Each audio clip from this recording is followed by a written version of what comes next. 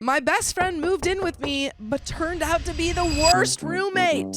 Out. You're cast out. You're cast out. Recently, my fiance, 29 male, and I, 28 female, have been living with our roommates, Nikki, 29 female, and her husband, Josh, 28 male, since August of this year.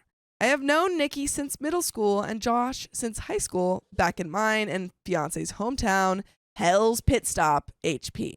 I feel like we were fooled into the situation that we put too much trust in towards Nikki and Josh.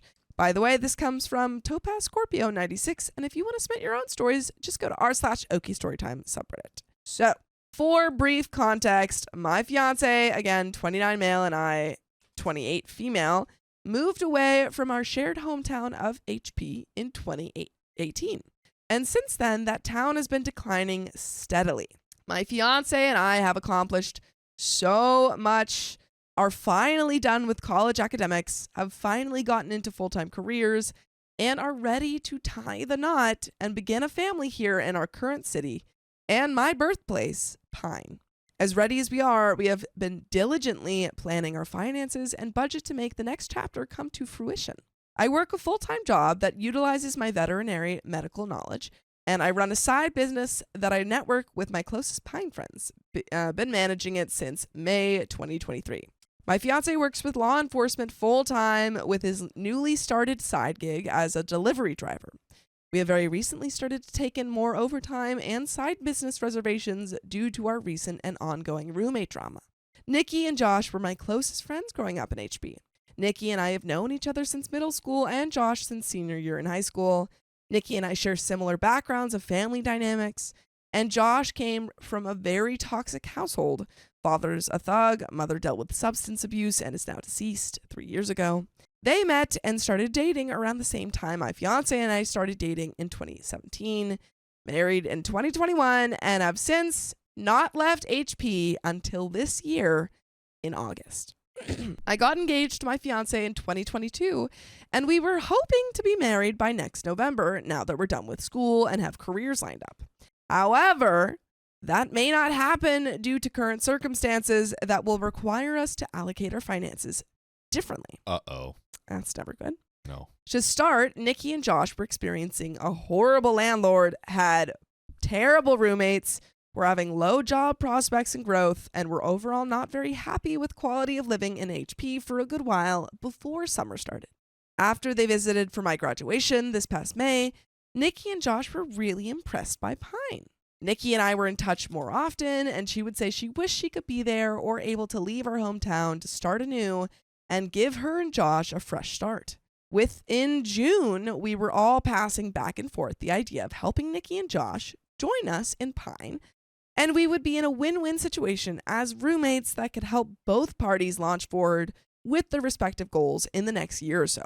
We were all so invested in the idea that my fiance and I made sure they simply understood that they are, 1, going to have to adjust to different seasonal climates, and we would help teach them. 2, Average California. yeah, Why is it cold and wet on the ground? I know, it's too cold. Number 2, be on top of handling their 2 small dogs, including household behaviors and socialization with our cat. 3, to please not adopt any more pets. They have geriatric rats. Geriatric rats? Really old rats. We have a geriatric host that do that right. I mean, technically, yes. Yeah. You did. You If you're nailed it. making a joke. You Yeah. did nail it.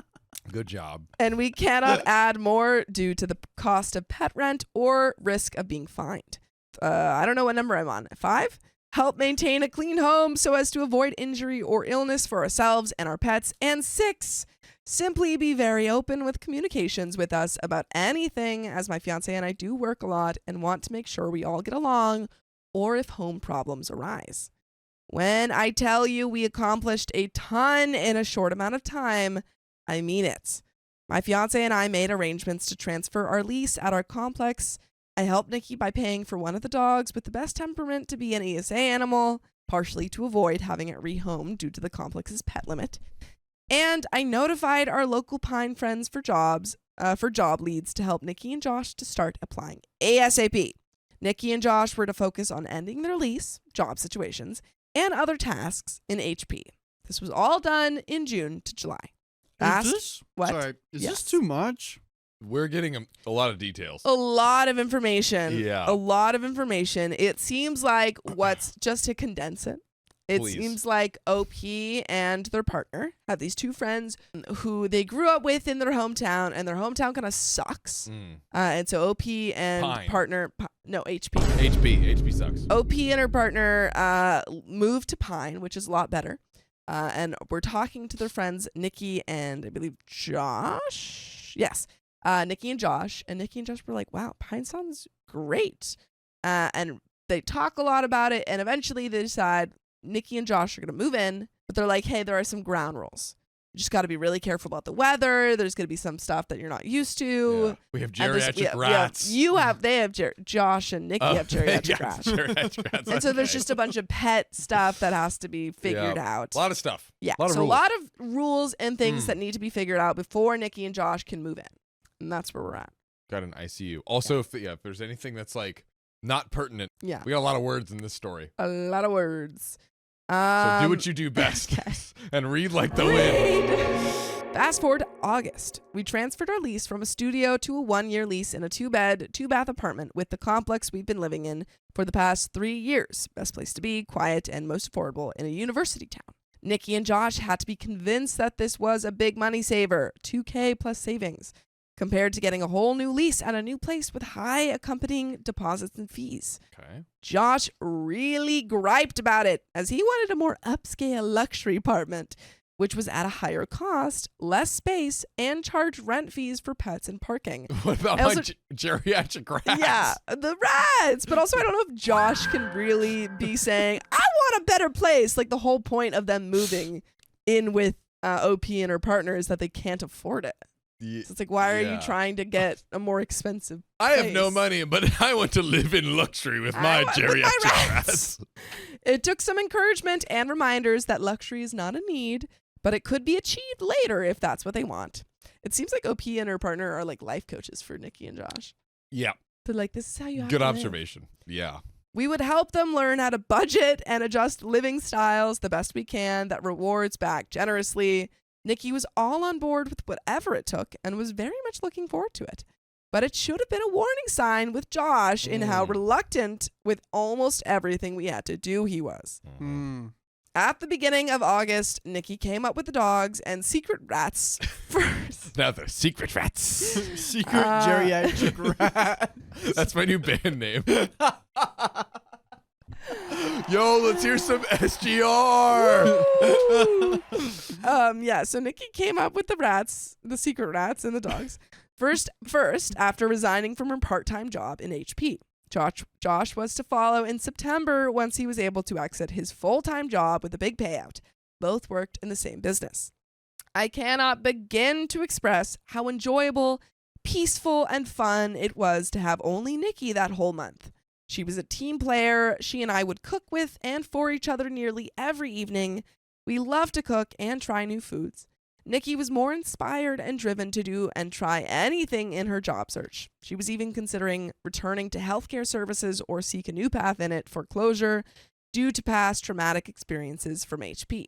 She joined us in a few local event outings, got to meet again with one of my closest Pine friends, and was really branching out and networking. Doing great. Nikki's killing it with those rats. Nikki, in simplest of ways of saying it, was hopeful, happy, and striving to really make the most of this new start. She was learning to be comfortable with her own company and would talk with Josh at the end of every day as it was their first time ever having to be apart longer than a day. Quick sidebar, but Yeah. this is like probably the coolest thing ever. Whoa. Yo. Secret Jerry. Dude, that's fire. Yeah. That's fire. This reminds me of The Great Mouse Detective. See what I'm talking about? Ooh, you are. No, I'm thinking of the orange. Stilton? Yeah. That's what I'm thinking of. Yeah. I also was thinking about that for a moment. But Yeah. but there also is The Great Mouse Detective. Dude, this is a movie. I don't know about a man, but That's we should make great. a movie out. Nikki was tapping into her arts and crafts, a hobby I encouraged her to have fun with and see potentially as her own side gig with Etsy and local craft markets / fairs. I was so happy to see her making healthier choices for herself and making changes to her lifestyle. She had a serious health scare before coming up to join us that leaves me still worried for her about having a potential stroke, thrombosis, embolism, and more at such a young age. Oh, Yikes. no. Then, like most things that almost seem too good to be true, Josh arrives a week later into September and things immediately take a downward spiral. Here we go. In all my years of having known my two friends, I feel like I am now living with a version of Nikki I cannot fully trust and a total a-hole of shadow version of Josh. Whoa. Nikki is now completely opposite of how she was in August, reverting back to old habits and being completely submissive to Josh with no backbone to stand up for herself, her needs, and what is principally right and wrong of Josh's actions and behavior. As for Josh, I know he still mourns in his own way the tragic loss of his mom. I deeply believe he needs to see a therapist to deal with his childhood, his grief, his current family dynamics, and seek help for his harsh negative adjustment in personality to these. I get that, but why have a therapist when you have Us. geriatric rats? Yeah. They have all Also, the sage yeah. wisdom you'll ever need. You should either have us in your life or a secret geriatric rats. Yeah. Forgot That's the all secret you got. part. Since he arrived at Pine, he's been behaving as if he didn't want to join us and Nikki, been ignoring us when we greet him or barely acknowledging us when Nikki is present, and definitely lazy and incompetent to the simple aforementioned agreements we made. Dirty dishes and cookware after using the kitchen, leaving food stuff out, not keeping up with their dogs or disciplining them when they act up or make a mess, except for our bedroom area. Their dogs have peed almost everywhere else. Ooh. That's us. Oh my Yikes. God, that would piss me off. And on carpet to where it is stained for not being promptly or properly cleaned, pooping on the floor and couch, being highly reactive to anything outside, etc., and being problematic when invited to social gatherings. We started to keep to our room shortly after Josh's behavior when attending a social outing. In celebration of her not dying from a near fatal heart complication, my friend Bailey hosted a death anniversary dinner at her home in September. She extended the invitation to Nikki and Josh for them to join and see everyone again. That's an interesting party. Wait, Death so it's anniversary? that She didn't pass away. This friend Bailey. friend Bailey. Yeah. Okay. Well, sure. I thought Power it to might you. be an alive anniversary or something. Yeah. But hey, just semantics, I guess. Yeah. My cat's name is Karen. Says, why take these people on like this? OP never should have sabotaged her life. Yeah, Not really necessary. quickly pausing. It does Yeah. seem like OP's kind of shocked by all of this, but we already kind of knew that they were, not doing necessarily that great, didn't have a lot of life skills because it seemed like OP and her partner were teaching them a lot. Yeah. So it's like we already knew they were pretty behind and pretty needy.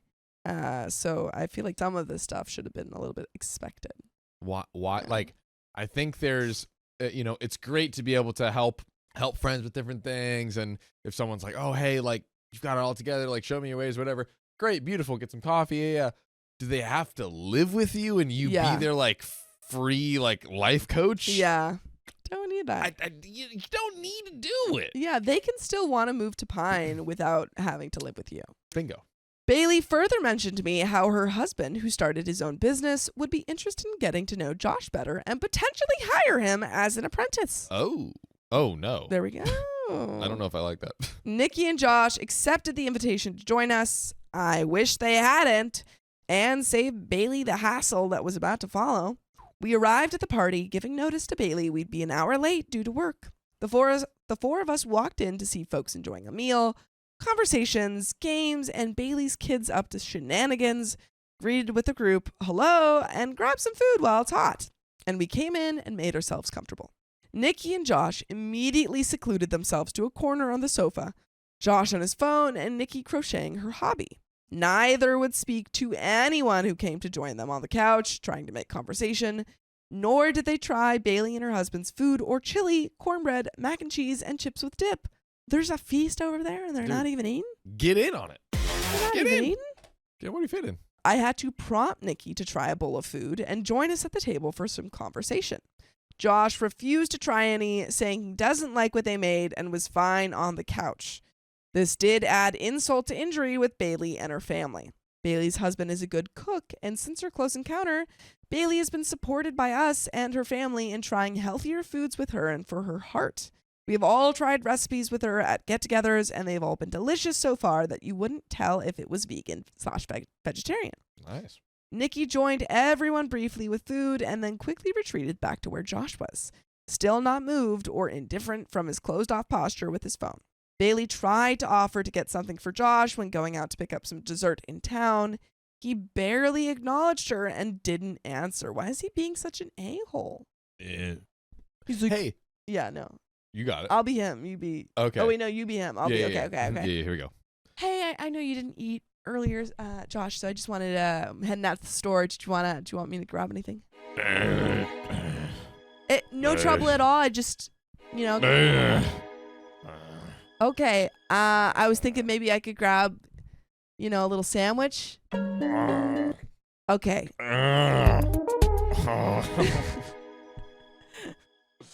And scene. And scene. We did it. There we go. It was kind of giving like Frankenstein.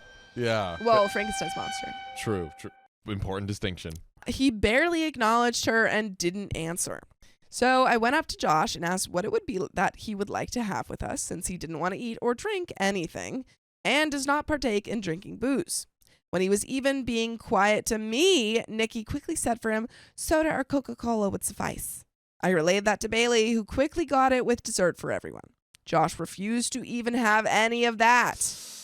Bailey was offended and quietly gave up trying to host them. This is so rude. So whack. So whack. It feels a bit like Nikki is kind of, OP kind of said it before, but she's trying to, appease whatever Josh wants and is a bit like silenced and subdued, especially because we know how she was acting before Josh got there. Yes. So it does feel like not Feels like- a healthy relationship. Feels like a very unhealthy, Yeah. dare I say, more Geriatric. unhealthy than a just like skin and bone shivering geriatric secret rat. Secret. Dare I say. I think you should Sicker than dare. I think you should dare. Unhealthy. The evening continued on for 2 hours, and not once did either Nikki or Josh make a peep or attempt to join the rest of the party. Why are they even there? What are they getting in Pine that is better than HP? I guess kind of like free life coaches, but True. They're not even taking their advice. Also true. Nikki only came up to me once to ask if I could unlock the car for Josh to grab his Game Boy/PS from her bag. What in the iPad kid is going on here? Talk about it. Nothing was in her bag, so I used this as a way to ask her quietly if she would like me to take her and Josh home, as I could tell they didn't want to be there. So astute, OP. Yeah. Nikki insisted we all stay, that she was having a good time, and that Josh was fine / having a good time. We stayed, but soon left after being there for an additional 30 minutes. It was the most silent and awkward drive home ever. My fiance and I tried to make small talk and engage them about the party, explaining Bailey's death-anniversary story to them. Yeah, also kind of like a meaningful party that they're just dunking on. You're so right. You're so right. Nikki was the only one interested and genuinely curious. Josh only sighed with exaggerated boredom the whole time. Meh. He sounds like a little teenager. He sounds like a moody teen. He's A playing little his boy video baby. games and he's like, I don't want anything to eat. It doesn't taste good. Such like 8-year-old energy. Yeah. Just Since then, my fiance and I began to keep to ourselves. We began to take on a lot of work in our careers and made long reservations for clients to care for their homes and pets. We would return home and spend time with our cat, Gremlin, my nickname for her, to avoid being insulted by Josh with his jokes. These jokes at first started off as friendly roast of us finally being home, but then they quickly started to be rude as they insulted how long we had to work or be away, insinuate that we neglect our cat, make horrendous jokes that we were racially or bigoted too much and too often, and like to pick on my fiance's computer setup. We don't have much as we hope to save household things for our planned home owning goals.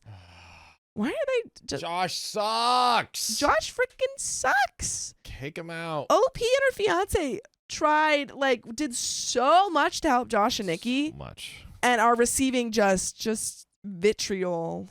Just terrible, terrible behavior. My fiance was the first to have enough of it and would retreat to our room and avoid Josh after working a long day with difficult people. I started to do the same, especially when returning from an overnight gig that kept me away for days or weeks.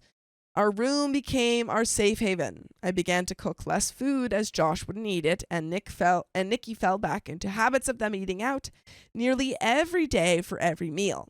I stopped altogether come November. Why are you making meals for him? I'm sorry. Yeah, I Like, don't. What do you mean? This isn't your child. I mean, he is a child of a man, He but like is, it's not but, like, your child. It seems like OP's like, oh, I stopped cooking altogether. But it's like, no, you can keep cooking for yourself. Just say, I'm not cooking for you guys. This is your house. It's your house. You invited them in. Yeah. Sophia, would you ever let a Josh stop you from cooking of which you love? Never. No. That's a no. Also, let if you Josh wanted to in my make some house. money, just be like, hey, if you guys want me to cook for you, it's going to cost X more a month, so you have Yeah. to pay X in rent in Yeah. order to get the service. Exactly. We would True. try to greet Nikki and or Josh with little response. The times we would be in the living room to hang out would be brief or to enjoy our cat and their dogs playing together. How quickly even that pastime fell into eternal sleep alongside with how our cat nearly fell into eternal sleep from Nikki and Josh's negligence. Oh no.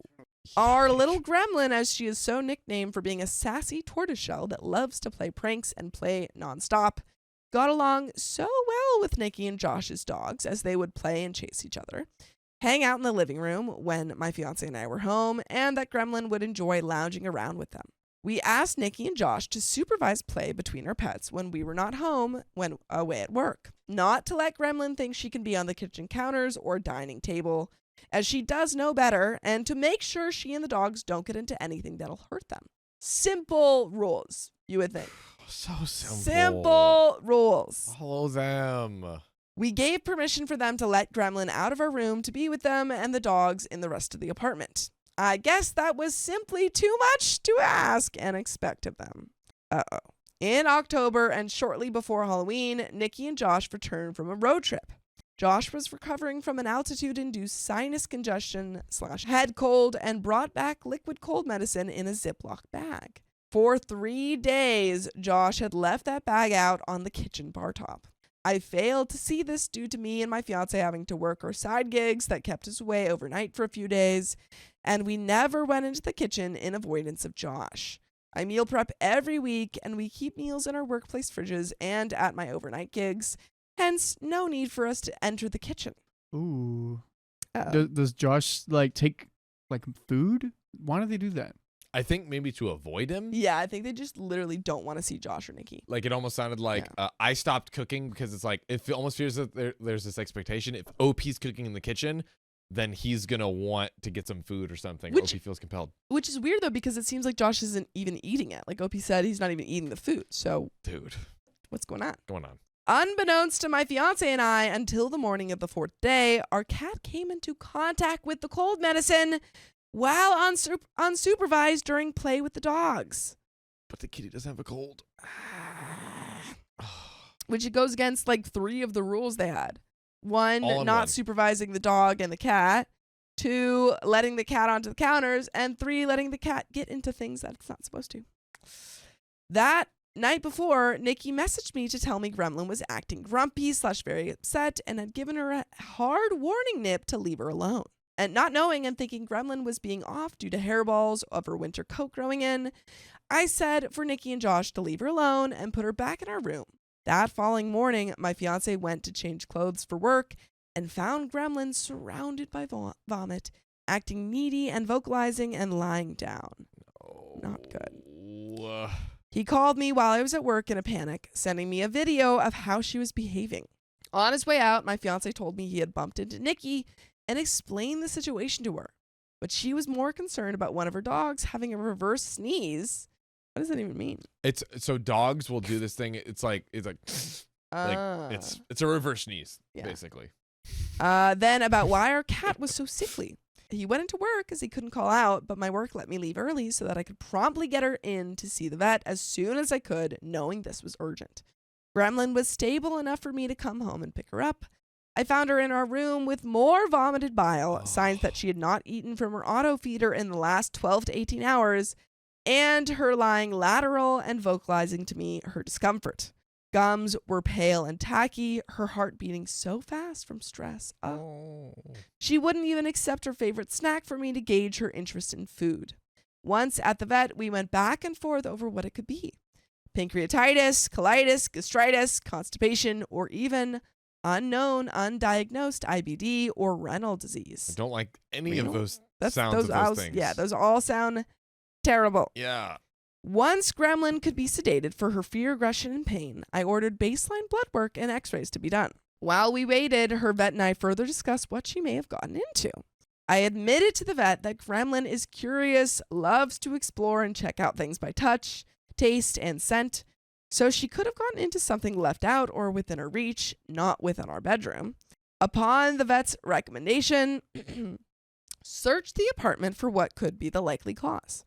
With the baseline established, it was seen that Gremlin had an abnormally enlarged spleen, a dropped potassium level shot to hell, a peculiar effusion around her heart, and was very dehydrated. Wow. A lot going wrong with this cat. So many details. We have geriatric rats and a very sickly cat. Very sickly cat. Ooh, Kimberly finds his dark gums lack of oxygen. Ooh. Yeah, the gums tell all. I didn't know that. Mm-hmm. As her symptoms were so onset under 24 hours, it was unsure what to do and what to risk. I had the option of keeping her hospitalized there, but she wouldn't have a tech with her, and the money for it was not worth it. $1.5K plus per 24 hours. Yep. Over $1,500 a day. Yep. Dang. That's about right. Because of that, or transferring her to another vet clinic that offers staffed overnight hospice, $3K plus a day. Oh my God. It was all becoming costs I knew we couldn't afford on top of our additional debt.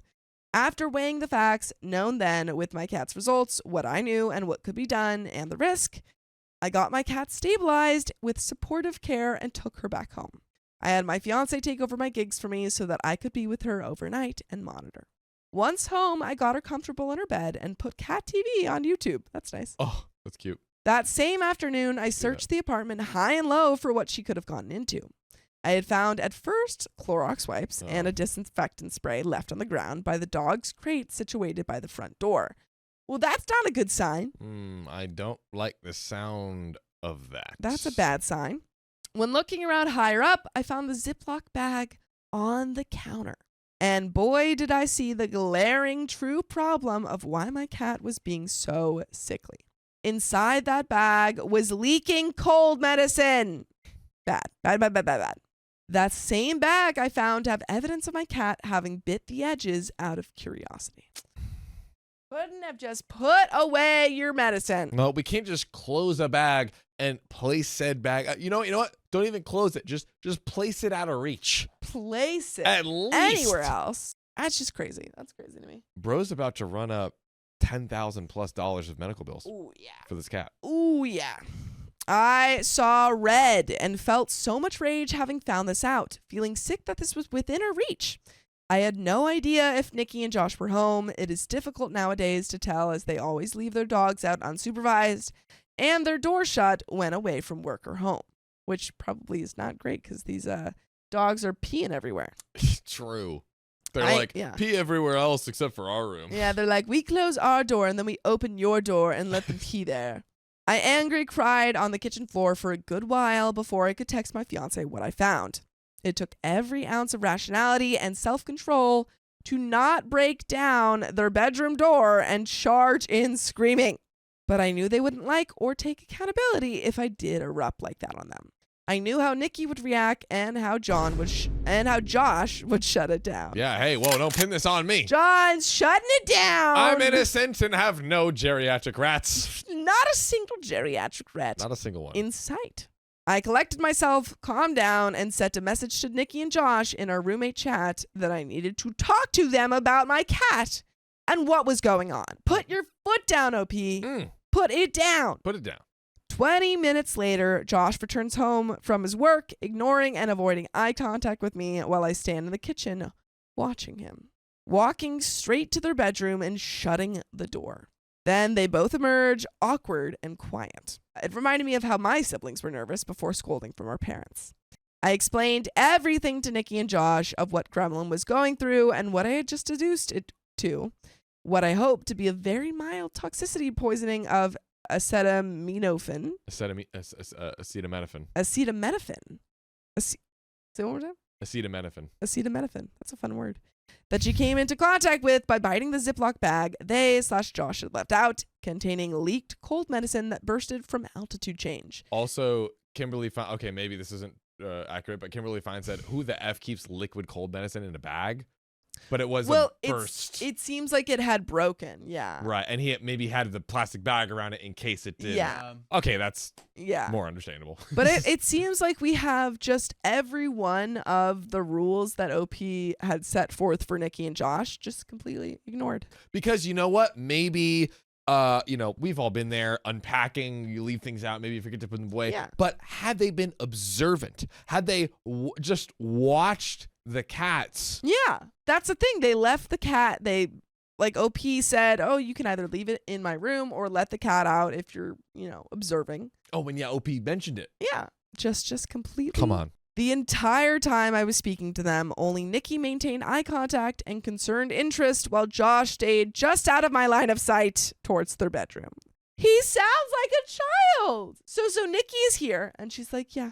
No, of course, I'm so sorry. And then Josh is like in the background. He's like, yeah, whatever. Sure. He's like holding a geriatric rat. He's like, my rats would never drink cold medicine. Me and Gerald, the secret geriatric rat, are freaking over this. Or Geronimo. Geronimo Stilton. Mm-hmm. Yep. Only when I showed Nikki the bag did she turn to him and tell him to take his things and put it away. After a brief snort to show he didn't like that, Josh grabbed the bag and immediately started inspecting it. This whole interaction, in summary, went as follows. Jay, she must have bitten the bottleneck and lid. Removes the 2 bottles to look at more closely. Me, her mouth isn't that big. She didn't chew on the bottle, and that's not her habit with anything in a plastic bag. With cardboard boxes and bags, she nibbles on the edges to enjoy how it crunches or feels, even rubbing her face on them to scent mark. Jay, I doubt it. Nikki, honey, the bottle isn't chewed on. There's literally stuff all over them from when leaking. There's liquid in the bag. Dude, a cat opening a medicine bottle is absolutely ludicrous. It's child locked. I can hardly open a medicine bottle. Yes. It's really difficult. Dude. Jay shrugs his shoulders and puts the bottles in the sink, taking the one leaking open, which hisses from air pressure. Me. Hear that? That is air pressure releasing. It has been slowly pushing the medicine out since you guys came back a few days ago. Jay, yeah, I guess. Puts bottle back into the sink and raises the Ziploc bag up to the light. What holes? Me. Points along the bag's edge to obvious holes in the plastic. Jay then takes the Ziploc bag to fill in the kitchen sink with water. Here we go. Bag immediately fills and leaks from various holes around the edge. Nikki, oh crap. Jay, well, there's holes. There's holes in your brain, dude. That's so There's holes true. in your brain. Arr. This is ridiculous. Why are they still living with you? Why are they still here? Facts. I'm pissed off. Right. Me. I told you Gremlin came onto the counter unsupervised at some point yesterday and bit the bag. She got some residue in her mouth and now she's sick. This conversation quickly ended with him not saying anything or even an apology. He went into the room and shut the door while Nikki and I made sure nothing else was within reach for the dogs to get into. That first night, I stayed up with Gremlin to make sure she pulled through. I timetabled exactly when to medicate her. I had to take her to another vet with ER care the second day after her first visit, where she was further diagnosed with a stress-induced UTI and put on more medication. For 2 weeks, she recovered slowly, and my fiance and I stayed secluded in our room when we could be home and shifts to be with her. Our cat was on a soft food diet for a month as she had esophagitis from the bile eroding and irritating the muscular layers of her throat. Man, oh man, that cat has a lot going on with it. This guy has got a lot going on. Just a Sophia. PSA about, not letting your cats have access to cold medicine. I've seen a lot of medical information about cats, but this is I'm at a loss here. Yeah. I'm not gonna lie. Yeah. There's a lot of medical stuff going on with this cat. Yeah. You could fill your own Reddit post with stuff that's going on with this cat. Since the incident, Josh has avoided us and ignored us as usual. Conversations with Nikki were strained, even at a sit-down talk 2 weeks after the incident to discuss what transpired and to confront the massive elephant in the room. Josh put on a show and still did not apologize or show real repentance. Dude, to the streets. Kick him out. Kick him out, please. Put him where the young rats are. Yeah. On the streets, in the freaking gutter. Keep the secret geriatric rats, because I Yeah. feel like they'll bring you secrets or something. Yeah. They'll fulfill their duty. Exactly. Their geriatric wisdom.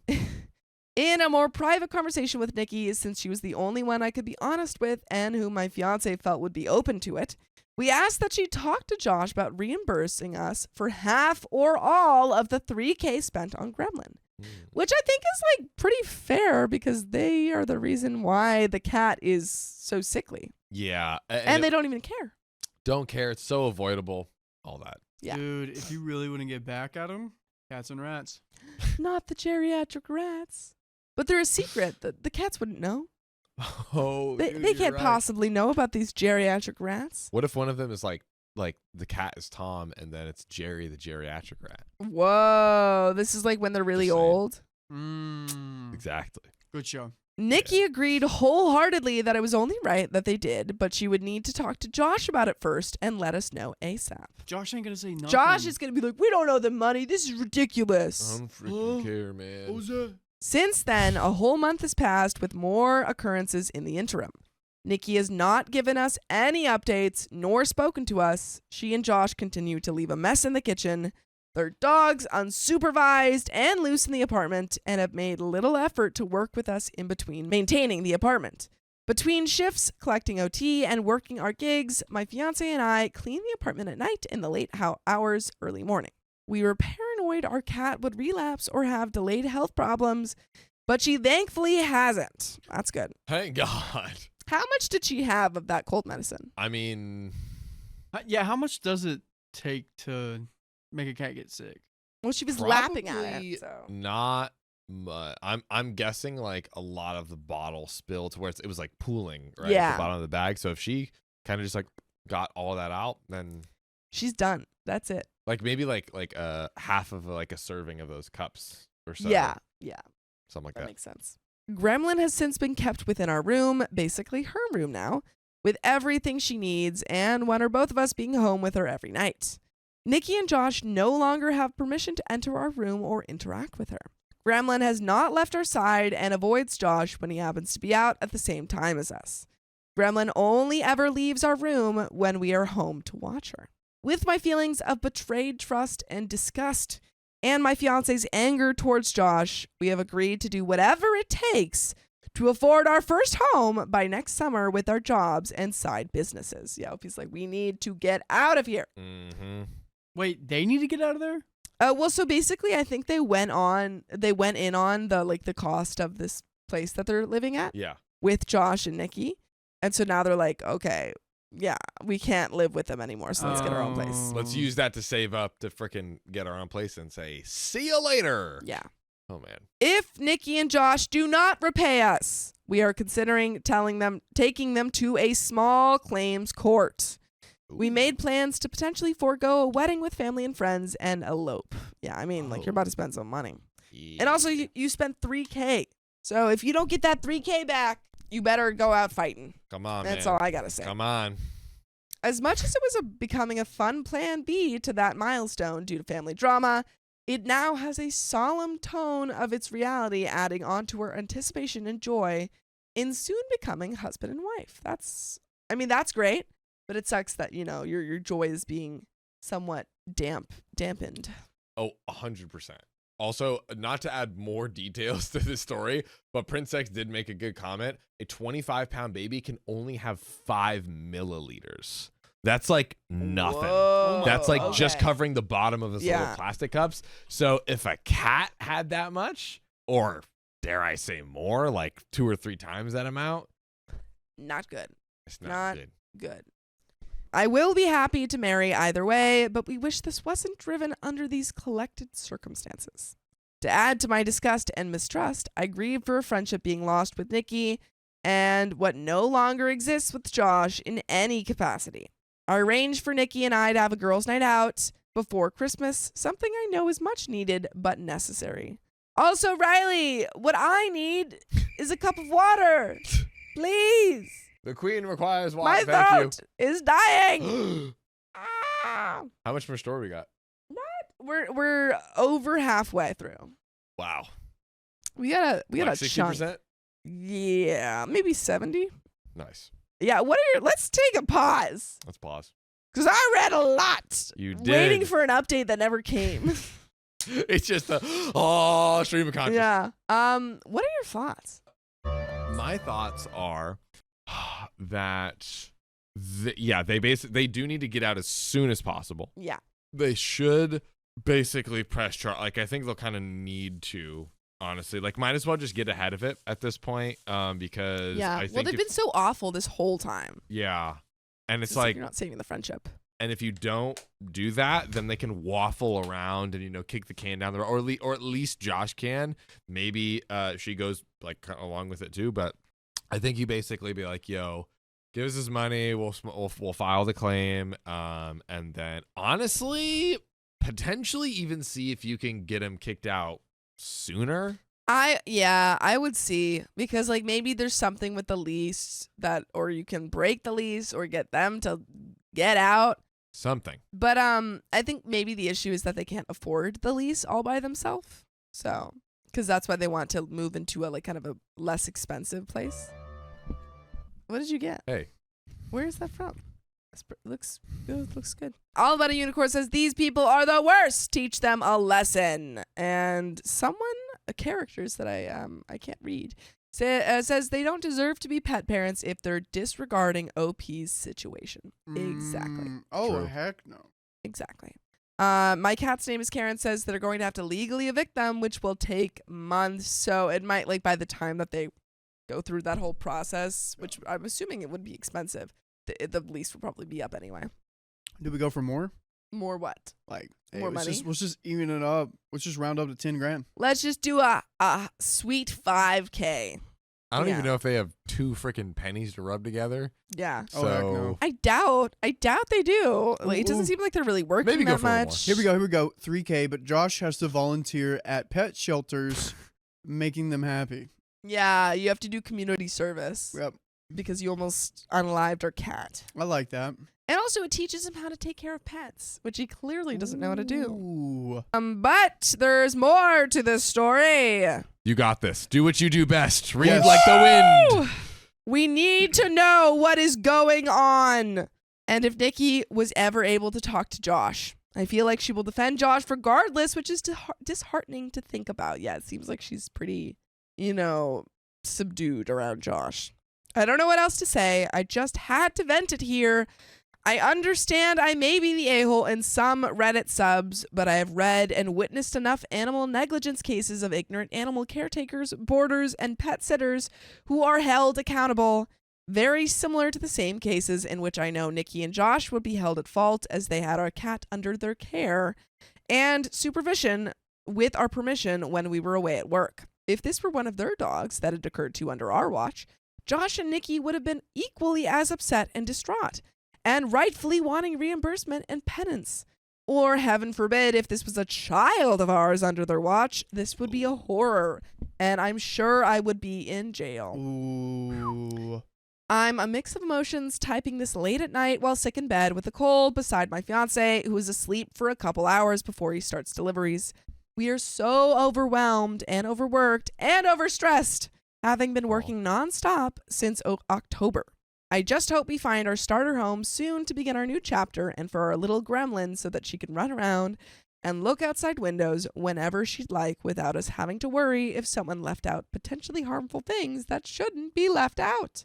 If you read this far, I appreciate your patience in doing so. You're welcome. You're so welcome. I don't know what else to say or how to explain everything wrong with this setup. I am open to answering questions and hopefully giving any update to those that are interested. Wowee! Oh my There's an gosh. update, but I have never read anything that long that wasn't like multiple updates. Yeah. That was one post. Where was this posted? Yeah, how did they get it through? Yeah. Who allowed this? Who let this person write this long booty post? Is this Who as let bad the as rabbit out? who? Is this as bad as a bicycle guy? No, I think it was relevant information. It was just in a lot. It was kind of bad, but no one's as bad as No one's as No, bad as that. no, yeah, gosh, yeah. no. It was Box just like boy. I feel like I was talking to a doctor or maybe a vet. Yeah. You know, they were like, "This is what's going wrong with your cat." But first, to understand what's going wrong with your cat, we must talk about where this all started. Oh my. Josh and Nikki. But there is an update. I think you just need to like sue Josh and Nikki. Sue them. Dude, you know how awkward it'd be to sue them and they also live with you? I wonder if that's So true. Yeah, Hey, let's can you- carpool to the courthouse real quick. Can you? I mean, like, I don't see why not, but can you sue someone that you're actively living with? Absolutely. Yeah, dude. For sure. Yeah, I'm in Is there court any with, sort of conflict of? I guess maybe that's for. I'm in court with Christian right now. Whoa, Yeah. how's that going? I need to get my lawyer figured out. I was gonna represent myself because Oh. I'm a pretty good lawyer. Yeah, sure. ChatGPT and me, I can figure out anything. You know? Anything, dude. But I stole an egg without its permission, and we're figuring that out. Whoa, yeah. Small- There's no eggs anywhere. No eggs, and he had Mhm. so many, and I was like, "Can I have one?" And then I took it and didn't have his permission. And you found out. Found out. But there is an update. Oh! Goodness Let's gracious. get into it. If you've read my first post, that's the first long post. That is an understatement. BFFs turn roommates. Now a big regret on the situation regarding my growing disaster of roommates drama. This is my first update so far for it. Right before Christmas and the holidays, Nikki, 28 female, and I, 28 female, finally had a much needed girls only one-on-one time to talk and catch up. I gave up trying to ease a conversation with her at home when Josh would make it difficult for her to be open with me whenever he was present. I took initiative and I messaged her to set up a time and place to talk that worked with our schedules. We got together excited for a Friday night girls' dinner. Once together, we addressed so much and openly talked about the apartment dynamics and tension. It was such a great 4.5 hour long hangout. Wow. Goodness gracious. Y'all really chatted. I could do 4.5 hours with some people. I mean, most of my friends hang out for like 4.5 hours. Doing what? Do tons of things. What do you mean? How long do you hang out with your friends? Like an hour? No. 43 minutes Yeah. and no longer. No longer, no That's shorter. it. That's all they get. You How know. long does it take to consume 3 steaks consecutively? That is the time. That is the only time I get to hang out with my friends. I'm spending like half a day with my friends. What is that in steak time? That's Please like measure. that's Are like you six including the grilling steaks. part or just the eating part? It's like 6 steaks, grilling included. From season to Consumption. digestion. Yeah. Yes. Are they frozen beforehand? no. No, that's important. They're already thawed. Whoa. Yeah. It was such a great 4.5 hour long hangout that it really showed how much I missed being able to talk with Nikki like this since Josh arrived in September. It was also a sad reminder of how big of a problem it is with them and why it shouldn't be this difficult to talk with someone I was once so very open with. I think we're going to get a lot more about Josh here in a second. That's what I'm saying. I'm like, What's the tea on him? it seems like he's a little bit, I mean, more than a little bit, but like abusive with Nikki. And Really? It's really, yeah. Like the fact that she doesn't feel open, to talk to OP. It Facts. seems like she's always trying to kind of cover for Josh's behavior. And she's like, oh, it's okay. Like, just get him this. And she's always, like doing whatever Josh needs. At a minimum, emotionally. and Yes, whatnot, I yeah. think Yeah. so. Yeah. Yeah, we don't have any proof of like anything physical, but like emotionally, it seems. I aired my worries and grievances to Nikki regarding how difficult it has been trying to get to know this new version of Josh, who I now consider a complete stranger with understandable problems to a point, and is now not a person I see as a friend at this time. I shared honest opinions and thoughts with her when she asked, and her vice versa with me. No feelings were hurt, and obvious relief that we could be open with each other was very evident. It was so great to hear Nikki acknowledge that there are many things wrong she needs to address, and there are things that Josh needs help with. Nikki 100% agreed Josh needs therapy and really needs to work on himself, as she herself is feeling drained, being the only person he talks to about anything and everything. Nikki knows that she cannot fully help without bias with him. She openly said how tired she is of being the middleman when problems arise for them. Yeah, she's having to do everything for Josh. Okay, I know we're about to go, but like, how many months of therapy can Josh go to before we break up with him? Well, it depends on how effective the therapy is. Yeah. 40 consecutive steak consumptions of therapy. Yeah. Just forever therapy. Like, if he's going for 3 months and we're seeing like improvement, well, is that good? Yeah. Or like if he's going for 3 months and it's still the same person, I think, yeah, you would absolutely break up with him. break up with him? Yeah. Because, like, if he's not It's even not healthy. changing, come on. Then we got to the serious topic I really wanted an update and reason for. Are you both able to help reimburse us for some or all of our cat's gremlin emergency bills? If so, what works for you, and why haven't you given us an update? And if not, why? Nikki explained to me that she had talked to Josh a few days after our big sit-down all together back in November. She brought up to him what my fiancé, 29 male, and I asked. According to her, Josh initially said, "No, she's not our cat and not our problem. But you caused the problem." Never forget the secret geriatric rats. Those are his problem. Yeah. After persuading him to understand more of why it was principally right to help pay us back some or all of it, Nikki reminded Josh how it was their fault our cat gremlin got into the cold medicine that they had left out for days while under their supervision and care. Only then did Josh finally agree that they would pay us back once they, referring mostly to Nikki than about them both, have better jobs to make those payments. I don't like that. Don't like that at There's all. literally no guarantee. You might be stuck in your freaking Yeah. dookie job for the rest of your life, and I Yep. got no No, money. no. You got to keep giving me money. Yep. And you're also freaking living with us, and like we're giving you all of this help and stuff. Like, Yeah. give us some money. But what I do, What? be like, okay, I understand you can't make payments. Let's do a little financial audit. Yeah. What are we paying where? Oh, let's cancel that and pay that to me. Mm-hmm. Just something. Like $50. Something, just a little bit. You know how we cut costs? Get rid of the rats. Ooh. Or, yeah. I was going to say get rid of Josh, but that wouldn't help. That probably would help. Sell the rats. So, Josh. On the geriatric secret rat market. And Josh, too, because Josh. he's basically a secret geriatric rat himself. Do you know how much those secret geriatric rats would go? dude, A pretty penny. Pretty with some penny. good marketing behind it, shoot Mhm. millions. Yeah, we've already got we already have a cover for them. We really do.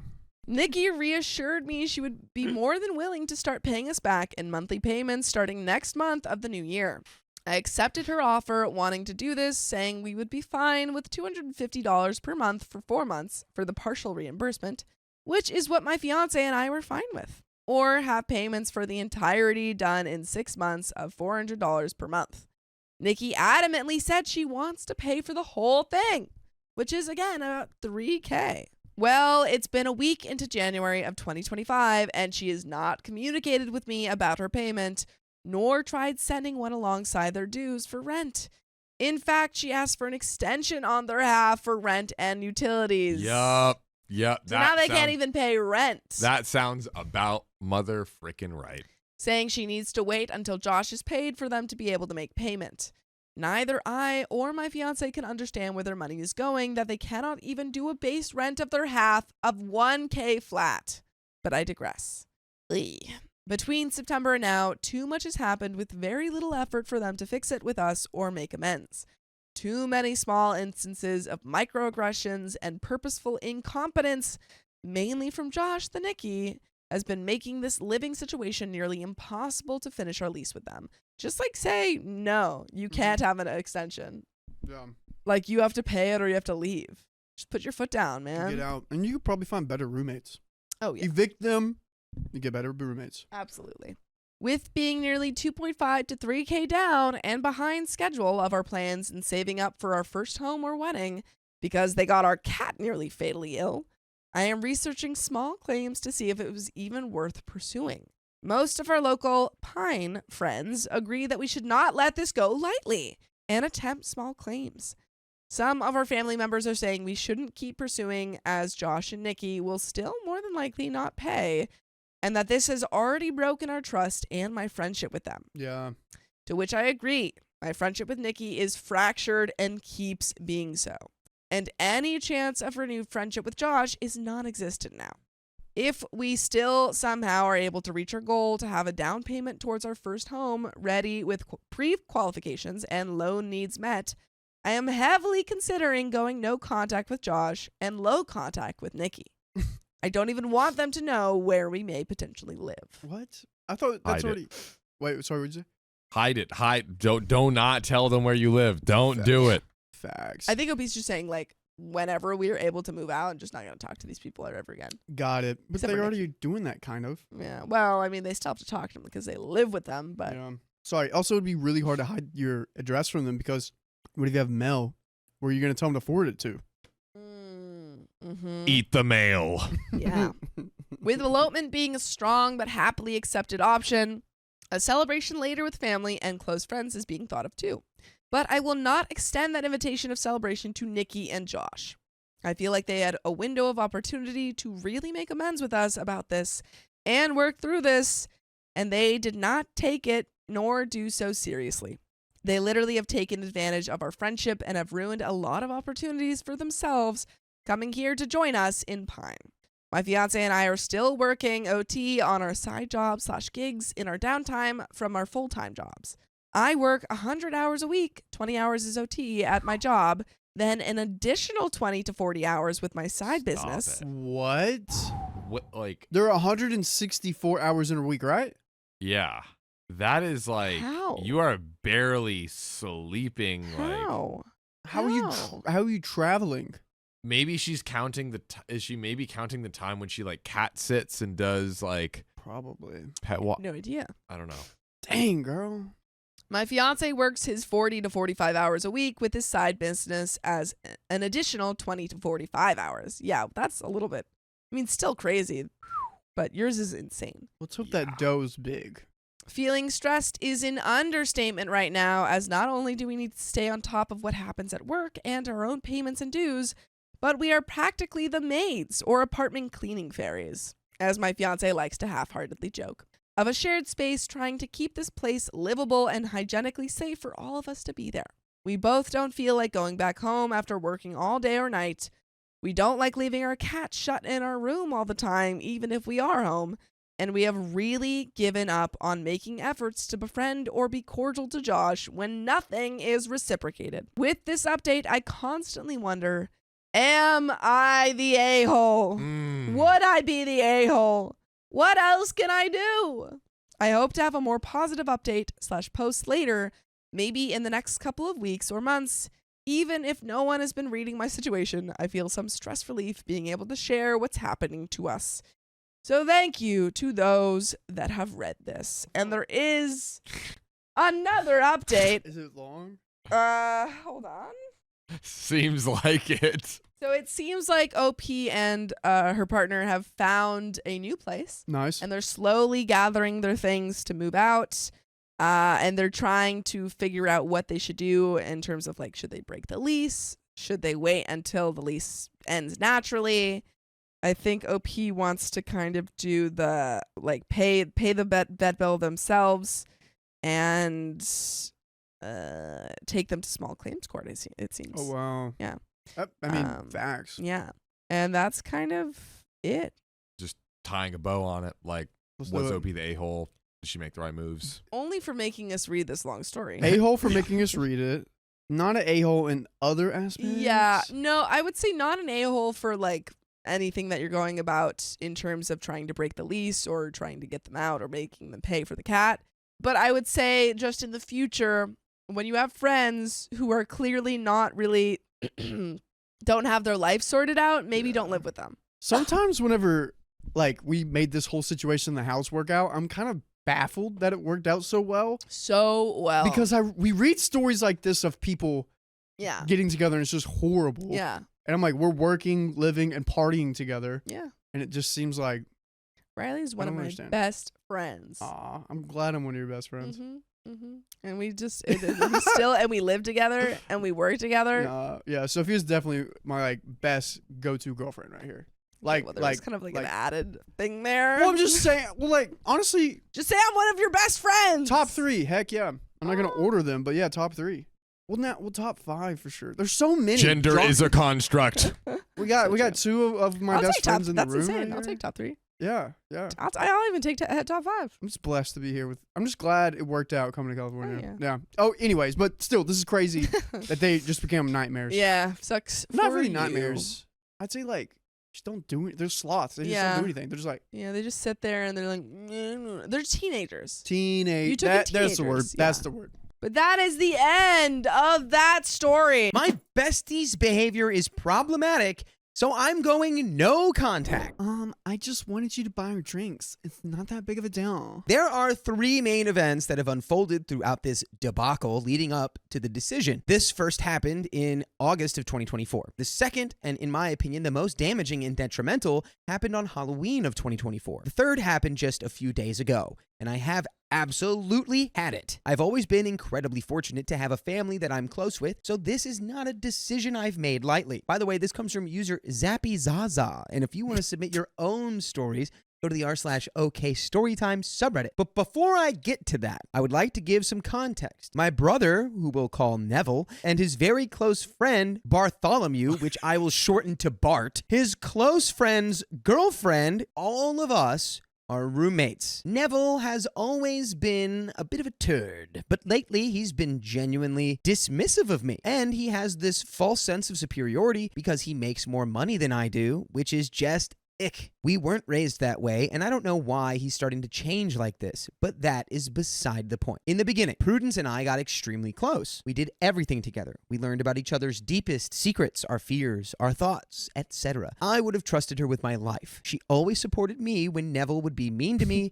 validating the fact that I'm not just being sensitive like he tells me I am. For example, I said I forgot to clean the floors because I didn't want to vacuum while everyone was asleep, and I forgot to continue when everyone woke up. He told me to stop being lazy and use the broom. But when I got upset, he didn't mean it like that. There's another example. I was in my underwear and he barged into my computer room despite me saying, do not come in. And when he just came in anyways, he told me to grow up and it's not a big deal and he's not even looking. Just being ridiculous and disrespectful, but being a brother nonetheless. Well, I started noticing strange little things with Prudence, which looking back, I should have taken as red flags. She would try to ask our friends whose stomach is flatter while we would all hang out. She told me about how she's scared to trust women because of a girl who tried to act inappropriately with her boyfriend years ago. And I reassured her she didn't have to worry about me because I don't find taken men attractive, especially not my friends' boyfriends, nor do I find him specifically attractive, him being Bartholomew. She said that made her feel like crap because she wants other women to feel jealous that she has such a prize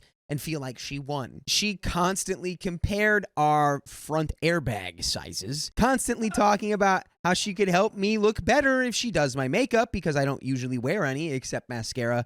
And when she would compare us, I only ever lifted her up, telling her how gorgeous she is, how her body has carried her through life to where she is today, how everyone's bodies are beautiful, and how there's so many people out there who love her body type, blah, blah, blah, blah, blah, blah, blah, blah. I would just gas her up. The first red flag that I actually registered as a red flag, as silly as it was all over coffee. As roommates, we shared all our food. We all went grocery shopping together and cooked meals with and for each other, etc. But we were also respectful about food sharing. Bart, who had bought coffee pods this time, and there was only one left, so I didn't touch it. I decided to forgo it because I wanted to be respectful. Later on, Prudence told me to go ahead and have it because she was about to go get more for him anyway. So I used it. I'm a coffeeholic. I am not going to turn it down. Well, Bart woke up and asked Prudence, what happened to the last coffee pod? Prudence, not knowing I was in the computer room just around the doorway and could hear, told him that I drank it. That was it. Just that I drank the last one. I didn't think much of it until I noticed that he started hiding coffee. I decided to confront Prudence and I asked her, hey girlie, I know that Bart knows I had that last coffee and I noticed he's keeping his coffee to himself now, which is totally fine, but I'm just wondering if you told him about the portion where I had permission to drink it from you. I don't want him to feel like he has to hide his food or anything in his own house. And she went off. She started saying she would never throw me under the bus like that and that she never said my name. I said, well, first of all, I heard the whole conversation. And secondly, I didn't take it as you throwing me under the bus. I just thought you were telling him what happened. I thought you just had a vague description. I wasn't upset. I just don't want him to feel like he has to hide things. She continued to deny she ever said I drank it. And she literally said she didn't believe me. So I just dropped it. It wasn't worth it for me to continue arguing. A few days later, she told me that she asked Bart if that's what she said, and he confirmed it to her. That was kind of frustrating that she couldn't just believe me, but I was grateful Bart said it straight because I felt incredibly unheard when I talked to her about it. There were a few weird situations like this, like I remember the first time she said something under her breath after I walked away from an argument that was starting, and I was so shocked that she would do that. Things just got so uncomfortable from there. She stopped wanting to do fun things like having our own snack drawer in our computer room for just us, and I noticed she also started to deny that Neville ever treated me differently than other people. Ooh, she's playing mind games with you now. All because she's like, yeah, you can have it. Don't worry. I'm going to get more. And then you're like, hey, did you tell him that you told me I could have that? No, I never said that. I never said that. I know. The thing is that she would always say things like, he doesn't like me more than you, which I thought was strange. Never had I claimed that he liked her specifically more than me, nor had we ever discussed that prior. It was a weird, and at the time, I thought a random shift in perspective. Later, Prudence confessed to me that she and Neville kissed, even though she is still in a long-term relationship with Bart. I obviously told her how not okay it was. I gave her the tough love talk, and I love her and wanted to be honest, but I also didn't want my brother Neville to get wrapped up in that BS. Well, in August of 2024, we had a huge verbal fight. Here's some more context. Prudence has a dog, and I have a cat. Prudence's dog is food/attention aggressive and has twice attacked my cat. The first time was because I stopped petting the dog to pet my cat, and the second time was because I was feeding my cat. Mind you, Prudence told me she knew she could be aggressive, but didn't tell me she knew her triggers, so both of those attacks could have been avoided. Thankfully, I intervened quickly enough both times. Prudence would just panic and watch, so it didn't get too bad. The only injury my baby had sustained is that her bottom fang broke in half, but she's doing well physically now. She's just traumatized, and I understand why. Still, I adore that dog. I worked in vet med for 6 years, 2 of those in emergency, and I know it's not the pup's fault. That's right, it's not the pup's fault. It's the owner's fault. Prudence worked at a pet chain store for a few years, and that's actually part of why this blowout took place. We were standing in the kitchen, and out of nowhere she says, I've noticed you have anxiety around my dog now. I didn't feel the way that she thought, but I did have anxiety about how she wanted her dog taken care of, so I let her know that. When she asked for examples, the first one I provided was that she would go back and forth on if I was or wasn't allowed to take her dog on walks. She just completely denied that ever happening, despite her going back and forth 3 times. Since I wasn't getting anywhere there, I brought up a time when she got upset at me for letting her dog inside from the backyard while she was gone. I did it because living in Southern California and it being the end of summer, it was 100+ degrees outside. Prudence and Bartholomew had an appointment to get his car serviced. The appointment ended up being 4 hours long when it wasn't supposed to be nearly that long. She always asks me to watch her dog and allows me to let her in and out freely, give her water freely, etc., so I didn't think it would be bad. Prudence responded with, I got mad because she was supposed to be outside. And I replied, okay, I totally respect that, but I didn't know that, and that's not what usually happens. Instead of just acknowledging that I was confused, she asked, why did you even let her in anyway? I told her the whole thing about the temperature and the time and being allowed to do so in the past. And she just said, it's not bad for dogs to be outside in the heat. She's obviously fine. She's survived much worse. I said, Prudence, I've literally watched dogs pass away from less than that from being out in the field. And she just screamed, she is so sorry I have trauma, but she knows what the F she's doing with her dog. I just kept saying, and I respect that, it's your dog. I respect how you want her taken care of. Eventually, I just started saying okay because she wouldn't stop. She started accusing me of judging her for leaving the dog outside, which honestly,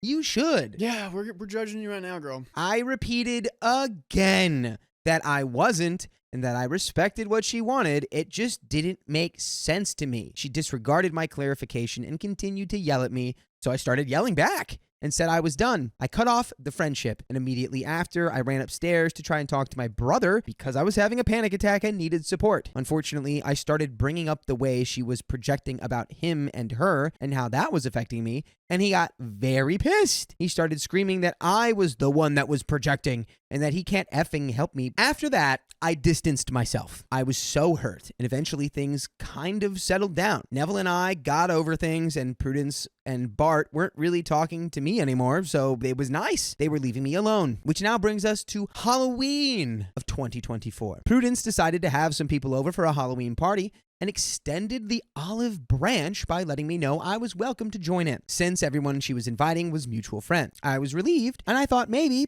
just maybe, we could be civil, or maybe even be friends again. But boy, was I wrong. Things were okay for the majority of the night, but there was a lot of booze flowing, and the later it gets, the more of a problem that becomes. She pulled me into a room and closed the door behind us, got in my face, and accused me of being wrong in the argument we had about her dog. I asked her why that even came up right now. She tried to say that it had something to do with what we were just talking about, but she had just been wrestling with the guys she invited over. We weren't talking about anything. She was just wasted and she saw me, so it came to mind, and she impulsively grabbed me and cornered me. I just decided to let it go because I didn't care about what she thought anymore at that point. A few moments later, Prudence started making food in the air fryer for everyone, but forgot she didn't, started wrestling again. I found the food half burnt but still edible, and so to be kind, I finished making the food for her and plated it. I didn't realize that while I was doing that, she was going around telling people that I'd put the food in but burnt it all. I'd only realized when she came to me and also tried to convince me that I put the food in, and another guest corrected her saying she actually put it in. After that, I politely excused myself to bed. I knew it was about to get messy, and I didn't want to be a part of it. I cozied up into bed, door closed, grateful I made it through the night without any major issues. And then there was a knock at the door. Knock, knockety knock. I wonder who it could be. I thought we already got through the bad part. Yeah. Prudence came in to tell me she thought I went to bed because of the food thing, and that she really didn't care who put the food in, and it wasn't a big deal. I don't know why I would do this, considering it worked so well the last time, but I took the opportunity to address the fact that I was a little more upset about how she closed me in a room and got in my face. She started saying she was never talking about me, and I clarified that I was referring to what she herself had said to me. She just continued on about how she wasn't talking about me to other people, so I just stopped her and told her I don't want to talk anymore. She said, honey, I wasn't trying to still be friends. I don't know why you think I want to talk to you. I stopped her and I said, no. I mean this conversation right now. That pissed her off. She closed my door and I just sighed, whatever. I went to get my phone that I had left out there, and I heard her telling people that I was accusing her of talking crap about me. I went into the room and clarified again that no, I'm talking about what you said to me. And then she started screaming, and I mean blood-curdling screaming. That's not what you said. You're such an effing liar. Blah, blah, blah, blah, blah. I just said, okay, and turned around and went to my room and closed the door. She literally followed me and was screaming at me through my door. I opened my door as she was yelling, and I had to wipe her spit off my face from the screaming and tell her she needs to leave me alone because I'm not going back to jail over someone like her. At that point, my brother Neville heard the commotion finally and came back downstairs. This was the beginning of a 4-hour screaming match. I say match, but it was just her screaming at me for letting her dog inside, then for not helping her clean up after herself anymore because she was mistreating me, for not wanting to share my things anymore with her because she was mistreating me, etc. She started screaming in front of everyone my secrets and things that I've told her in confidence. She was calling me the most vile things. She even said that my cat doesn't deserve to leave my room. I could never think anything bad about her dog. Thankfully, Neville saw the second half of it all, and he sat with me for a while after Prudence was finally escorted off to bed by Bart. I told Neville I was just grateful that other people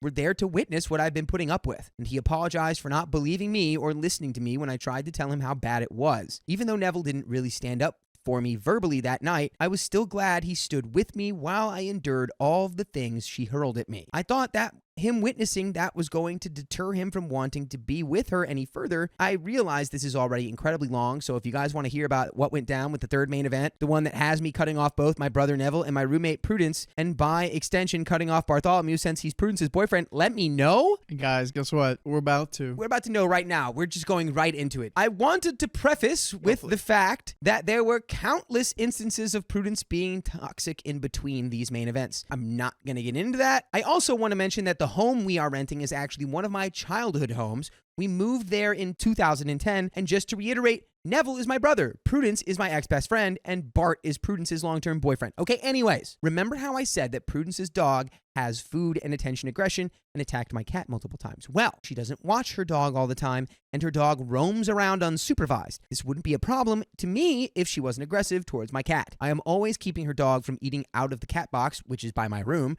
Her dog gets locked out of whatever room Prudence is in frequently because Prudence gets annoyed that her dog has a lot of energy and doesn't just chill. We need a new law where if you get a dog and then you deny its existence and right to behave and be a dog, jail. It was inconvenient that I have to also watch her dog, but the argument I knew would happen wasn't worth bringing it up. That is, until the pup started coming into my room. Like I've mentioned, I love this dog so much. My concern is that if I wasn't in my room to stop her from coming in and my cat was eating, my cat could be unalived. My cat is my baby. I love her as if she were a human child. So I sent this message in the roommate group chat. Hey guys, please, please, please, if you're going to let the dog roam, keep an eye on her. She has started trying to come into my room and it is a safety issue for both of our pets. I love her very much, but that's just not acceptable. Thank you. And my brother Neville texted me this on the side in private. Stop texting the group chat.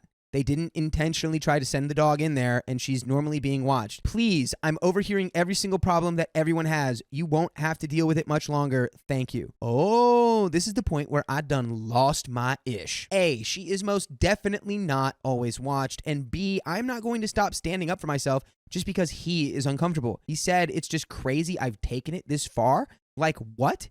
Me? Take it this far? You're just sending Please. a text in a group chat. What's actually happening in Prudence's world? You have nailed the 99 thesis of get away from me. I think this OP needed the 99 theses of when the frick you move out of a place because your roommates are psycho. Yeah, I'd be looking around and be like, Get out. Actually, guys, I'm gonna have to. Yeah, and then they'll be like, I'm what done. do you mean? Why are you moving? Why are you moving? You realize the Yeah. position it puts, and you go, hey, I'm moving because look at what you're doing right now. With my cat. That's why I'm moving. If I couldn't move right away, what I would do is have a friend that could take care of my cat, give it to them for now, find a new place to get into, stay until my lease is up, work maybe a second job so I can stay away from those people, and then just spend as less time as Do I can as anything, dude. possible there. Please. And so I said, what's crazy is how you've seen how she acts and you still want to be with her behind your best friend's back. What's crazy is you won't support your own sister. What's crazy is how delusional you all are. So Neville continued on about how I'm just creating drama and I need to stop texting the group chat. You want to know the reasons I texted for? Prudence left the stove top on with an open flame and everything for hours overnight. Someone didn't shut the fridge, so everything went bad overnight, making my bathroom off limits to them and their guests because they had someone come over who was fighting and crying all night with their significant other in my bathroom, keeping me up until 3 a.m., and I woke up to vomit everywhere in the morning, like at least clean it up and also just protecting my cat. So I'm not just like, oh, you left the TV on. You know, want to know what she gets upset about? Calling me weird for starting to write my name on my food. You know, like normal roommate behavior because she keeps eating my food. And I'm on a fixed income, so I can't just go get more whenever I want to. Saying I need to stop turning off her light in our shared office when she leaves it on all night. Having to look at my stuff in the shared office space that she isn't even paying for. I mean, she moved my stuff out of the office after I'd already told her no, which was crazy because who do you think you are? And why do you think you have authority to do that? She just wants me to be the bad guy so badly. She refuses to take any responsibility. And my brother telling me to just let bygones be bygones because she refuses to apologize is insane. Both Neville and Bartholomew enable her to be the way she is. She hasn't ever had any real consequences for her actions, and that's why she acts like a child at her big age. And by the way, my children, you can listen to full episodes with stories like this on iHeartRadio and Spotify and Apple Podcasts, and wherever you listen to podcasts, just search OK Storytime, and there you will find every single story that we've ever set. We do have a little bit more left here. That OP bringing up the fixed income, I think that is probably a very big reason why they have not moved out of the situation. Regardless, you have to figure it out. You have to start putting feelers. You have to contact your friend. This is going to end with that dog potentially harming your cat. Yeah. You know, like at that point, it's like, can't do it. You have to put a lot of energy into moving out of this place as fast as possible. I'm exhausted trying to beg my brother for support. I'm exhausted trying to tiptoe around the house to avoid everyone as much as possible. I was even having nightmares every single night. Now they happen only once in a while, thankfully. It's just heartbreaking to lose my best friend and my brother all at once. Since I've decided to let go of all that, I do feel a little lighter, although the sadness isn't gone. It feels so relieving to put down some of that stress. Thank you all for taking the time to read why I have cut off my brother and ex-best friend. The Delulu is Deluluing. And that is the end of that story. How are you going to really cut them off when you live with them still? Is my biggest question. And I have an answer for that. I think it's time for somebody to expose the truth about your brother and Prudence. Blackmail? I think if you just blow up that entire situation, Wait a minute. they end up moving out on their own. Time out. Somebody's moving. Somebody's leaving. Let's go back about 20-ish minutes. I don't like blackmail. Now let's come back That's here. not blackmail. That's not even a black. That's blackmail. It's No, mail. blackmail is saying It's just mail. I have this thing and I'll It's say it. just if you mail. Don't. This is not blackmail. This is just being like, hey, Neville's making out with Prudence. Neville's hooking up with your girl. Go to Bartholomew and say Neville's hooking up with her. Okay. And I just thought you deserved to know. I would want to know if I was you. Not bad. What do you think, Keon? Yeah. And Yeah, then let I that mean- just Let that blow itself you're up. Like, you just watch it from afar and get your popcorn ready. definitely lock the door. Put the earmuffs on. I don't know. But Our flatmate confessed her love to my boyfriend. I confronted her. Eviction. Get her out of there. Get her out. I, female 27, moved into my flat in October of last year to take the place of a mutual friend of mine and my new flatmate, female 27. We have a generally great atmosphere in the flat and both have similar expectations and habits. And while we're not friends yet, as in we wouldn't go out for brunch or be each other's plus ones for parties, we are very friendly. She seems super normal and level. By the way, this comes from a discombobulated owl, 81, and if you want to submit your own stories, just go to the r/OK Storytime subreddit. So, when the lockdown began in March, my boyfriend, male 31 of 2 years, was living with his sister and his mother, undergoing chemo, who lived alone, needed somewhere to stay where she could be looked after, so she moved into his room and he came to stay with us. My flatmate was totally fine, and we had a proper chat about ground rules, etc. But ultimately, the flat is huge for 2 people, and she has a kind of granny flat set up in hers. Either way, she gave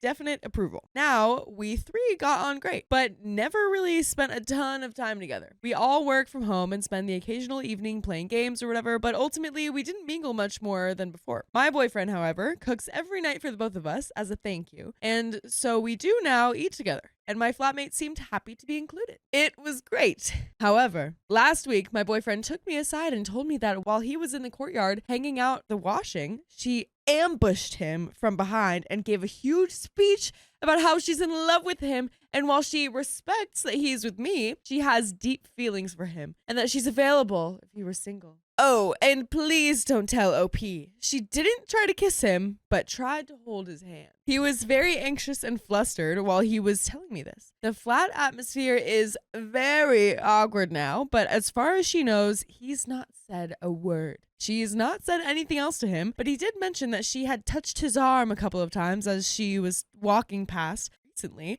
and it's really gotten under my skin. My boyfriend is also confused because he hasn't spent that much time with her apart from dinner and never alone. I spoke to our mutual friend who was shocked and said that she's never done anything like this before, and she had never known my housemate to have a crush on anyone either. I've not seen her acting strangely in any other ways, and it hasn't outwardly affected how she treats me. We can't move right now because virus, money, etc. How do I deal with this? Oh, I think boy. you gotta sit her down and be like, girly, Yeah, not appropriate. not appropriate. Like, you can't, this is not okay. One, I mean, it's making my boyfriend uncomfortable, but Yeah. also it's just very disrespectful, and we're living Absolutely. together. And unless you want to move out right now, which is pretty hard during the pandemic, right. then you need to stop it. You gotta quit it. Inappropriate, Mm-mm-mm. man. Yeah. Boundaries. Boundaries. Boundaries. But there is an update, so let's see if she did confront her. Okay. Firstly, thank you all for your advice, and no, thank you to the few who took it upon themselves to DM me to be inappropriate or creepy. WTF?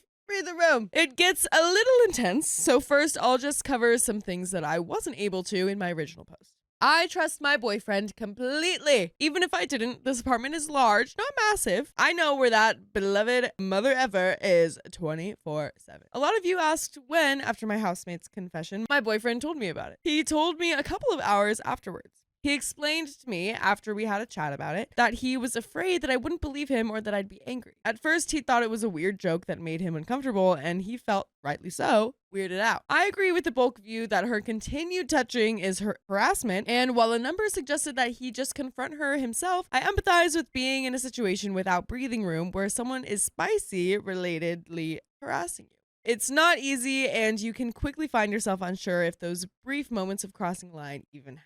He's not on our lease, and understandably, he was concerned about me and the power dynamic in the house. Because her room is a mini granny flat, she pays the bigger share. I also don't believe that it was, as some suggested, a hypomanic episode. I have bipolar 2, and while I understand the love rush, she exhibited zero other behaviors and never tried to contact my boyfriend outside of the weird touching. I also can appreciate that there's no way she was actually in love. So, yesterday, after a tense few days of trying to avoid her, my boyfriend and I were in the kitchen at breakfast while she was in the living area. I went to our bathroom, she has an ensuite, which is just off the main area, to brush my teeth. As I walked back out to grab my phone, I caught her running her hand and forearm across his lower back where his t-shirt had ridden up a little. My boyfriend, who didn't see me, yelped really loudly and just lost it. He yelled at her to stop, and when they both saw me, he started going, you see,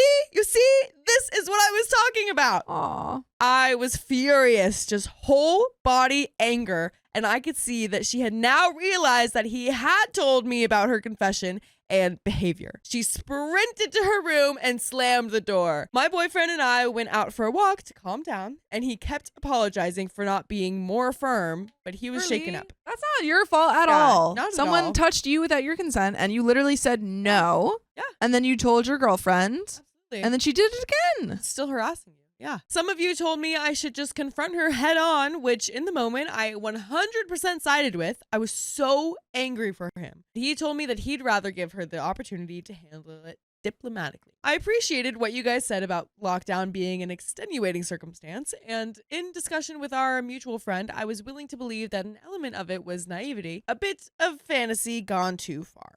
I was willing to be kind to her. When we returned with the plan of action, we knocked on her door, but she didn't answer. We tried a couple of times, but she wouldn't come out, although she was seeing my WhatsApp message. Come late afternoon, I was just over it. I knocked and told her that I was coming in. I sat her down on her bed and told her, gently but firmly, that her behavior was inappropriate, that it was making us uncomfortable, and that she had to get the heck over it herself if she intended to continue living. She burst into tears and started crying about how she's so sorry and what a bad person she is. Dude, if I was seeing this, I'd be like, am I supposed to disagree? She said that she couldn't believe the pressure of lockdown was getting to her. Whatever. And I felt bad. I Nah. started sympathizing now, trying to be compassionate. And then she said, it's just so unfair that the guy I'm in love with has a really great girlfriend. Unfair, my booty. Yeah. I told her that she had a lot of growing up to do, perspective to learn, and that she owed the house an apology. She started having a full-blown meltdown, weeping, hiccuping, snotty, the works. And then, when I stood up to leave, I spotted in her clothes rack my freaking shirt. I took it and went back to my room. My housemate cried loudly with the door open until 7 p.m. for attention, I guess. Literally, that's the only reason you cry loudly with the door open Yeah. is so that they can come back and be like, oh, I'm sorry. I Like, didn't what's mean wrong? it." Yeah, exactly. That was when I finally snapped. I used our emergency contact sheet, called her mom, and told her that she had to come pick up her daughter. I had never met this woman before, but she came rushing in like a superstar. The look of annoyance and embarrassment on her face when she found her 27-year-old daughter having a tantrum told me that this wasn't a new part of her personality. My housemate also shut the F up pretty quickly after realizing that her mom was there. They didn't say anything to us, but we just hid in our room until they were gone. I think she'll be gone at least for a while, but I texted her to let her know that it would be the best if she texted me before coming back. I don't know when I'll see her next. Technically, the lease ends in August, so my boyfriend and I think that we can make it work and find something new. If not, it's not that long until we can re-sign without her. As a coda to all this, my boyfriend mentioned that if she took a blouse, maybe she took other stuff too. I appreciate that some of you may consider this an invasion of privacy, but I did go back in just to check the clothes rack. I found a set of my jeans, my t-shirt, one of my boyfriend's work shirts, a vinyl I owned, my effing charm bracelet from when I was a kid from inside my jewelry box, a sheet of my old antidepressants. Oh, yikes. Oof. And that was just what was on the rack or on display. Stealing. She's a thief. She's a thief. Yeah, and the next on her list was her freaking boyfriend. Yeah. Dude. Dang, man. Dude. I imagine there's more in the drawer. I don't know if this was the right thing to do, but I left them there for now because I don't want there to be any doubts that she stole them. There's zero chance she's going to live here anymore. By the way, there's zero chance that we are not constantly posting things. So just check us out on Spotify, Apple Podcasts, whatever your favorite podcast app is. Search OK Storytime to find more stories and episodes just like this one. Freaking do it. Do it. Do it. Do it. And there is a tiny bit more. I'm just going to roll right into it. Roll right into it. Honestly, I hope she does get help. I'm really angry and violated, as is my boyfriend, but I can empathize with the havoc an uncontrolled mental health issue can wreak on your behavior. And while it's still wrong, it's still for her to experience it and lose friends. Note, I can't be sure, none of us can, but I feel like maybe she has a histrionic personality disorder. P.S. Our mutual friend has told me another friend who went to school with my housemate had told her a rumor that she told a bunch of other people in their year that she had leukemia. Yikes. So she made up a rumor about herself that Having she had cancer? leukemia. Oh my God. Yikes, dude. Who is this girl? This is crazy. That's Stop. crazy. Wow. That would have been like a good warning to Yeah. have before. moving in Yeah. with this Someone should have person. let her know. Yeah, just by the way, she will faked lie about cancer. anything. Dude, that's crazy. That's the end of that story. My roommate's girlfriend berated my large-chested girlfriend for not wearing a bra at her own home. My house, my rules. Get out of here. Leave her be. Let her hang freely. So, roommate himself is 23 male. We have a very quiet and comfortable living situation. I lived with Troy, the roommate, for about a year before Hannah, girlfriend, moved in. By the way, this comes from Big Boobed Girlfriend 44. And if you want to submit your own stories, go to the r/OK Storytime subreddit. It was an unexpected permanent move rather than temporary, but everyone gets along. And in fact, Troy and I are closer because Hannah is the type of girl who is very outgoing and brings quiet, shy people out of their shells. Hannah's front airbags are very large. Nice. That's a great way to put it. They seem even larger than they may be due to the fact that Hannah is only 4'11". Oh my Lord. This is a great story. Oh my God. Wait. Yeah, 4'11" is teen tiny Whoa. with some big bazongas. She jokes that she's 2/3 front airbag even. Her biggest bras say 32K. What, like 32 carats? What is it, solid gold? Because I know that's not real. That's not real. Never have I heard. Last time I heard of like the biggest process I had heard of last was H, but HIJK. That's 3 letters above. This is crazy. She's 2/3 boob. That's what it is. The smallest say 32 double G. She's typically modest with them as she doesn't enjoy a lot of male attention. My heart goes out to you and your back holding up those big bazongas. Oh my gosh. Not that I try to, but if I were to ask her to wear something revealing, I don't even know that she'd have anything in her closet. She typically takes off her bra in the evening. Troy usually stays in his room and doesn't really socialize with us most of the time. No negativity, he's just a loner type. Anytime he does come out, we all chat happily. There's never been any complaint about her bralessness. For the record, I can definitely say that Hannah isn't Troy's physical type. She's a size 16, and he has a big preference for very skinny women. Not fit, but just very skinny. So I honestly doubt that he's looked at Hannah in any spicy related way to begin with.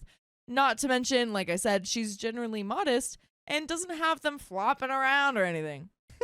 Troy and his girlfriend Jenna are a new thing of the past 4 months.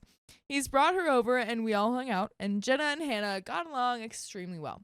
But a few days after, Jenna sent Hannah a message on Facebook asking her if she'd mind wearing a bra when Troy was around, citing that it was inappropriate and kind of sleazy. Oh no. Now she's just saying that it's sleazy to just have no bra. That's not fair. That's not fair. That's so not fair. That's so not fair. Hannah just shrugged it off and said, sure, why not? So to compromise, she started wearing a very flimsy sports bra. Things seemed like they were fine until Jenna came over again, and Hannah just happened to be coming home from the gym, was walking between our bedroom and the bathroom without a bra on, but was otherwise clothed.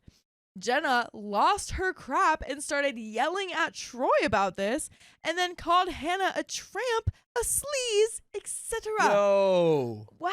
Relax. She's just crazy. And where is Troy? Where are you, Troy? This person needs to be exiled from your domicile if she's going to be Yes. saying this stuff. Absolutely. She's just like a jealous person in Yeah. general, and then is extremely more jealous now that she's got this person around. She brought up the way that she loafs around in dresses and lets her butt hang out, etc. I'll admit that sometimes Hannah's dresses right up when she's lounging around on the couch with the book, which is pretty much always, but since day one, anytime she heard Troy moving around the apartment closer to the living room, she sits up and straightens herself out to cover herself up. She does not like being looked at by men, like I said. Hannah didn't hear anything because she was in the shower, and when she got out, she asked where Jenna went, and I had to explain that they had a fight. Hannah asked what happened, and Troy told her that it was just nothing. Jenna ripped into Hannah on Facebook, calling her all kinds of names and telling her that she's trying to steal Troy from her. Hannah was hurt, and she went to Troy to apologize about the bra thing and asked him if he's always had a problem with it. And Troy said something like, I didn't even know I was supposed to care. I don't know how to handle this. Obviously, I'd prefer my girlfriend to be comfortable and not be attacked, but I do want to know, Jenna's tirade aside, is it inappropriate for her to not wear a bra in her own home? And we do have an update, but what's her answer to that? It's your home. It's your home. I think that's kind of the thing where it's like people with smaller airbags have like they can wear like V-necks and stuff, and it's like it's not a problem, nothing is showing, you know. But then it's with people who've, you know, got larger bra sizes, it's kind of like, well, you don't really have a choice to like you gotta show cleavage if you want to wear that kind of thing. It's kind of just like it's not their fault. It's just unfair that that's just how it is. I really hope Troy breaks up. I really hope Troy breaks up with her. Me too. A few things to address before I go into the actual update. I did not confront Jenna when she was going on her tirade because they were in Troy's bedroom. I have no reason to barge into someone else's bedroom to start a fight. You can stop with the pitchforks about how I was awful for not immediately wrestling Jenna to the floor in a show of manliness. Waiting for the event to pass was a much better way to handle this. Hannah does not need you to tell her that she's wearing the wrong size bra. She has been to a bra that fits for fit checks, and she measures herself frequently and knows what works on her body. She has a wide range of sizes from when she was figuring out her fit size. If the measurements really don't make sense to you, I can't help you. All I can say is that she's a fat bottom girl. And don't we know that they make the world go round? Am I right, Dakota? Yeah. So, to the actual update. I talked to Troy about Jenna's outburst. He said that he would handle it, and that he was extremely apologetic and said that it would not happen again. He said that he was glad Hannah didn't hear Jenna's tirade, and I agreed that it was for the best if we tried to handle this maturely. Hannah was still hurt from Jenna's comments on Facebook, but Troy asked Jenna to apologize, and that's what happened. We let Troy know that Jenna wouldn't be allowed over again if she continued to behave like that. He agreed and said that he would be reconsidering their relationship. Ooh, let's go. Let's freaking go, Let's Troy. go. Let's freaking go. Some time passed, and here we are. Hannah has gone back to just being comfortable in her own home, taking her bra off when she gets home. She is respectful of Jenna and Troy's space and wears a bra if Jenna is over. But things changed the other night. Hannah and I were cooking dinner when Jenna came over to wait for Troy. She hung out in the kitchen and talked to Hannah. They seemed to get along a little better, at least. Hannah is very sweet and doesn't hold many grudges. I was chopping up Brussels sprouts to roast while Hannah was making some herb and parm crusted chicken or something and some cucumber tomato salad that I love. She coated some huge chicken breasts that she'd pounded, and that's when Jenna piped up and said something like, "Wow, that's so much food. You're not going to eat all of that, are you?" To Hannah. That's like Oh my so God. much food. You're not like gonna eat that, right? Hannah laughed and said, yeah, she was going to eat it all. It was her dinner. Jenna scoffed and made some comment like, "That's so much food. I could never eat that much." But, well, look at me. Ah! You're literally. That's crazy. Ah! You know what she needs to do? And I don't know if this is necessarily appropriate, but she needs, with her 32K bra, she just needs to go knock her out with her Blah, blah, blah, blah. bam, bam. Knock her down, dude. Yeah, Takes one yeah. blow. Knock her down. She got up to try to get our attention and show off her figure. Boom! Hannah didn't say anything, but I could tell by the look on her face that she was starting to panic. Hannah has a long history with ED and OS, and one of her only triggers is people paying attention to what she eats like that. Yeah, that's so bad for you to do. Come on, man. She used to not be able to eat at restaurants because she was afraid of people judging her. Jenna took it a step further and said something about how she goes to the gym every day because she loves keeping her figure and she knows Troy loves it. She pointedly asked Hannah when the last time she went to the gym was, and then asked me if I thought Hannah should do some kind of yoga or something. Wow. It just keeps going. Man, if she asked me that, I'd be like, I think you need to shut your big, stupid mouth, girl. Yeah. Get out of my apartment. She made some comment about how sad it is when girls let themselves go after they get boyfriends. For the record, Hannah didn't. I was starting to get very angry because it sounded like she was implying that I do not love Hannah's figure or something.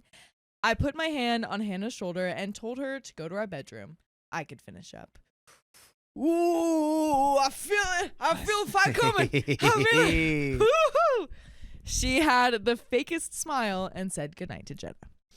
I let Jenna have it. I don't want to go into what I said because it was not my best moment. No, please go into it. But I could not accept her trying to intimidate or make Hannah feel bad. I especially could not take her implying at all that I wasn't attracted to Hannah. It all felt too surreal. I never met someone who would just say mean things about a girl who was perfectly nice to her like that, especially not about her weight. Jenna left and told me that she was going to have a talk with Troy. I consoled Hannah, who said she was okay, but ended up not eating dinner. Oh no. We watched some TV together, and about 2 hours later, Troy comes in. He just stands in the doorway and looks at us, and he looks right at Hannah and says, I broke up with her. Yes! Yes, Troy! Yes! Yes! Oh, we love Troy. Oh, he continues. I'm so sorry. She is never coming back. Yeah, we love Troy, and you know what Troy would love? You know what I bet Troy would love? I know Troy's doing it right now. Dude, I just know that Troy is listening to full episodes with more stories just like this one on iHeartRadio, Spotify, Apple Podcasts, whatever. So he chooses, okay? Whatever he loves. And he's searching OK Story Time. He's listening to more stories just like this. Yep. All it takes is one search. One OK search. Story Time. And you've got 50 days worth of stories to listen to. Just search OK Story Time and you can be like Troy too. But there is a little bit more. Should we just jump in? Yeah, I think let's get in it. I Let's think get- we're in consensus here. Yeah. Jenna is gone and done. Troy later said that Jenna was convinced that Hannah was trying to steal him and that she was just jealous of her body. It was all because of one day when Jenna came over and Hannah gushed over the dress she was wearing. Jenna thought that that meant she was in love with her or something. I have no idea where this came from. It's never about the bra, I guess. Yeah. And that's Well, the end of that story. It's just because Jenna's terrible and is so insecure she can't allow other people to exist. Honestly, I feel like with just so many things like this too, when it's like about the weight and it's all this like super like superficial things that someone's projecting. It's like, I actually heard someone like talk about it, and it was like people like that have some sort of shame inside themselves that they can't be like whatever they're mad about. They can't have this certain body type or whatever. They can't not go to the gym and like let themselves go or whatever. And so when they see people who are comfortably living like that because it's not an issue, they get mad and then they project like this. Yeah, and that so is a super interesting That's Hannah, psychological concept there. right? Yeah. Yeah. But good on Troy. Good on Man. Troy, because it's over. It's over, just like this story is over. Oh, yeah. I told my housemate to keep her advice to herself, and she got offended. Well, maybe she should keep that to herself too. I, 27 female, have a strange living situation. I live with a family, Chris, 65 male, Danielle, 59 male, and their daughter. And I do household chores in exchange for rent. I've lived here for 19 months. It's mostly smooth sailing. I work full-time and am applying to law school. By the way, this comes from Empress of the Bacai. And if you want to submit your own stories, go to the r/OKStorytime subreddit. Danielle has some issues with boundaries. She doesn't understand why she can't enter my room without permission, for example. And I know it's both due to age differences and the fact that they allow me to live in their house for free. I have to be very careful when enforcing boundaries. Yesterday, I made dinner for everyone after a full day of chores. Around 10 p.m., as I was finishing the dishes, Danielle told me I needed to steam clean the carpet in the living room because the cats had peed all over it. I did, and as I was putting the steam cleaner away, Danielle entered, and she said that she wanted me to do another room. Because it was 10:30 at this point and I still wanted to work on an application before bed, I politely but firmly said, I'm not going to do that. I probably should have said, I'll do it tomorrow, but I was exhausted, so I just said no. I put the machine away, submitted my application, and went to bed. Tonight, as I was finishing up my meal prep for the week, Danielle cornered me in the kitchen. I don't want to fight about this, she said, but I wanted to mention something. Last night, when you told me that you weren't going to clean the other room, I found it rude. You should be careful when you say things like that at work so that you don't get fired. I was floored. I snapped, Danielle, you haven't had a job since before I was born. You don't get to give me advice about how to act in the workplace. Danielle rolled her eyes and huffed, see, I didn't want to fight about this, and walked out of the room. I called after her, then maybe don't bring it up. But Danielle hasn't spoken to me since, and I don't know what's coming. For context, Danielle has only had one job in her whole life, from age 22 to age 25. After that, she quit to raise kids. I grew up very poor. I have been working since I was 14 and supporting myself since I turned 18. They offered to start our arrangement in 2023 because they needed help around the house and I was struggling financially. As for Danielle's work advice, I currently work as a regional manager at a small firm. Not only is her advice outdated, but I can't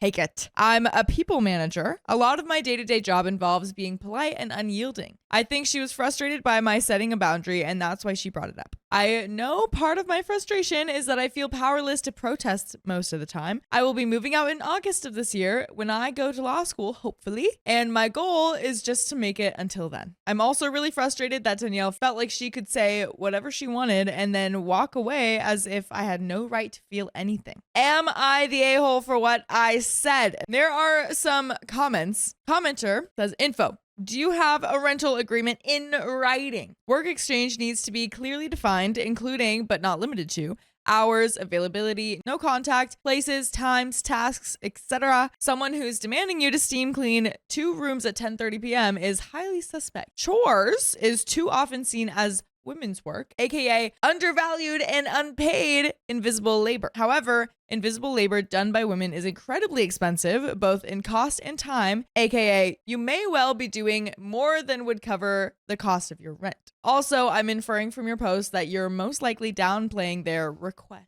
And OP responds, there's no agreement in writing. I have tried to bring this up on previous occasions because of Danielle's difficulty with boundaries and the sheer amount of work that I do, but it is not taken well. Danielle and Chris are very insistent that I am not their tenant and that they are not my landlords. I am their guest. Danielle is also very insistent that she does not want to be called my boss or supervisor in any capacity. To answer other comments here as well, my current position does not pay enough for me to live on my own. I realize that the situation is probably predatory, but because there are only 8 months left of this, I plan to just stick it out. It has saved me a lot of money and I'm thankful for that. Top commenter says, "You're the a-hole. Not for saying no, but for how you said it. You were not polite. Also, Danielle is not your housemate. She and her husband are your landlords and bosses. But you may not be paying rent, but you are paying by being live-in help. So when you told Danielle, I won't be doing that, instead of I'll do it tomorrow, you were rude to your boss. Also, her advice wasn't outdated.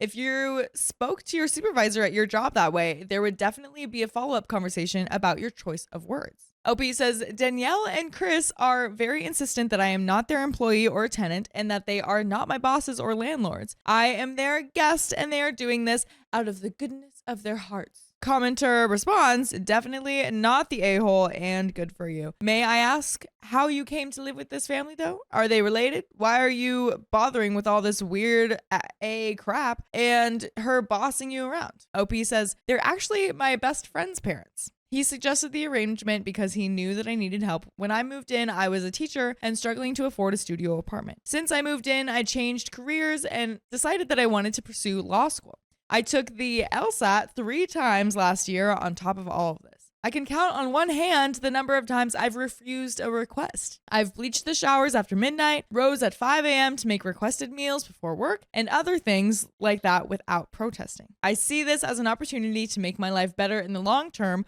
while surviving short term. I just wanted to say no this time because truthfully, I physically couldn't handle fulfilling the request. Danielle was insistent it had to be done immediately because they wanted to go to bed at 11 p.m., but I just couldn't do it." OP is voted you're the a-hole, and there is a mini update in the comments. This is The next interesting. day, but what are your thoughts? I'm really conflicted Yeah, because I am surprised that OP was voted the a-hole. right. Because I feel like I have kind of, like, on the one hand, I think that unfortunately, when you're living rent free with someone, you do have to kind of go by their rules, even if Yeah. they're like not necessarily fair, Sure. because they're, you're living Doing a rent lot free. for you, yeah.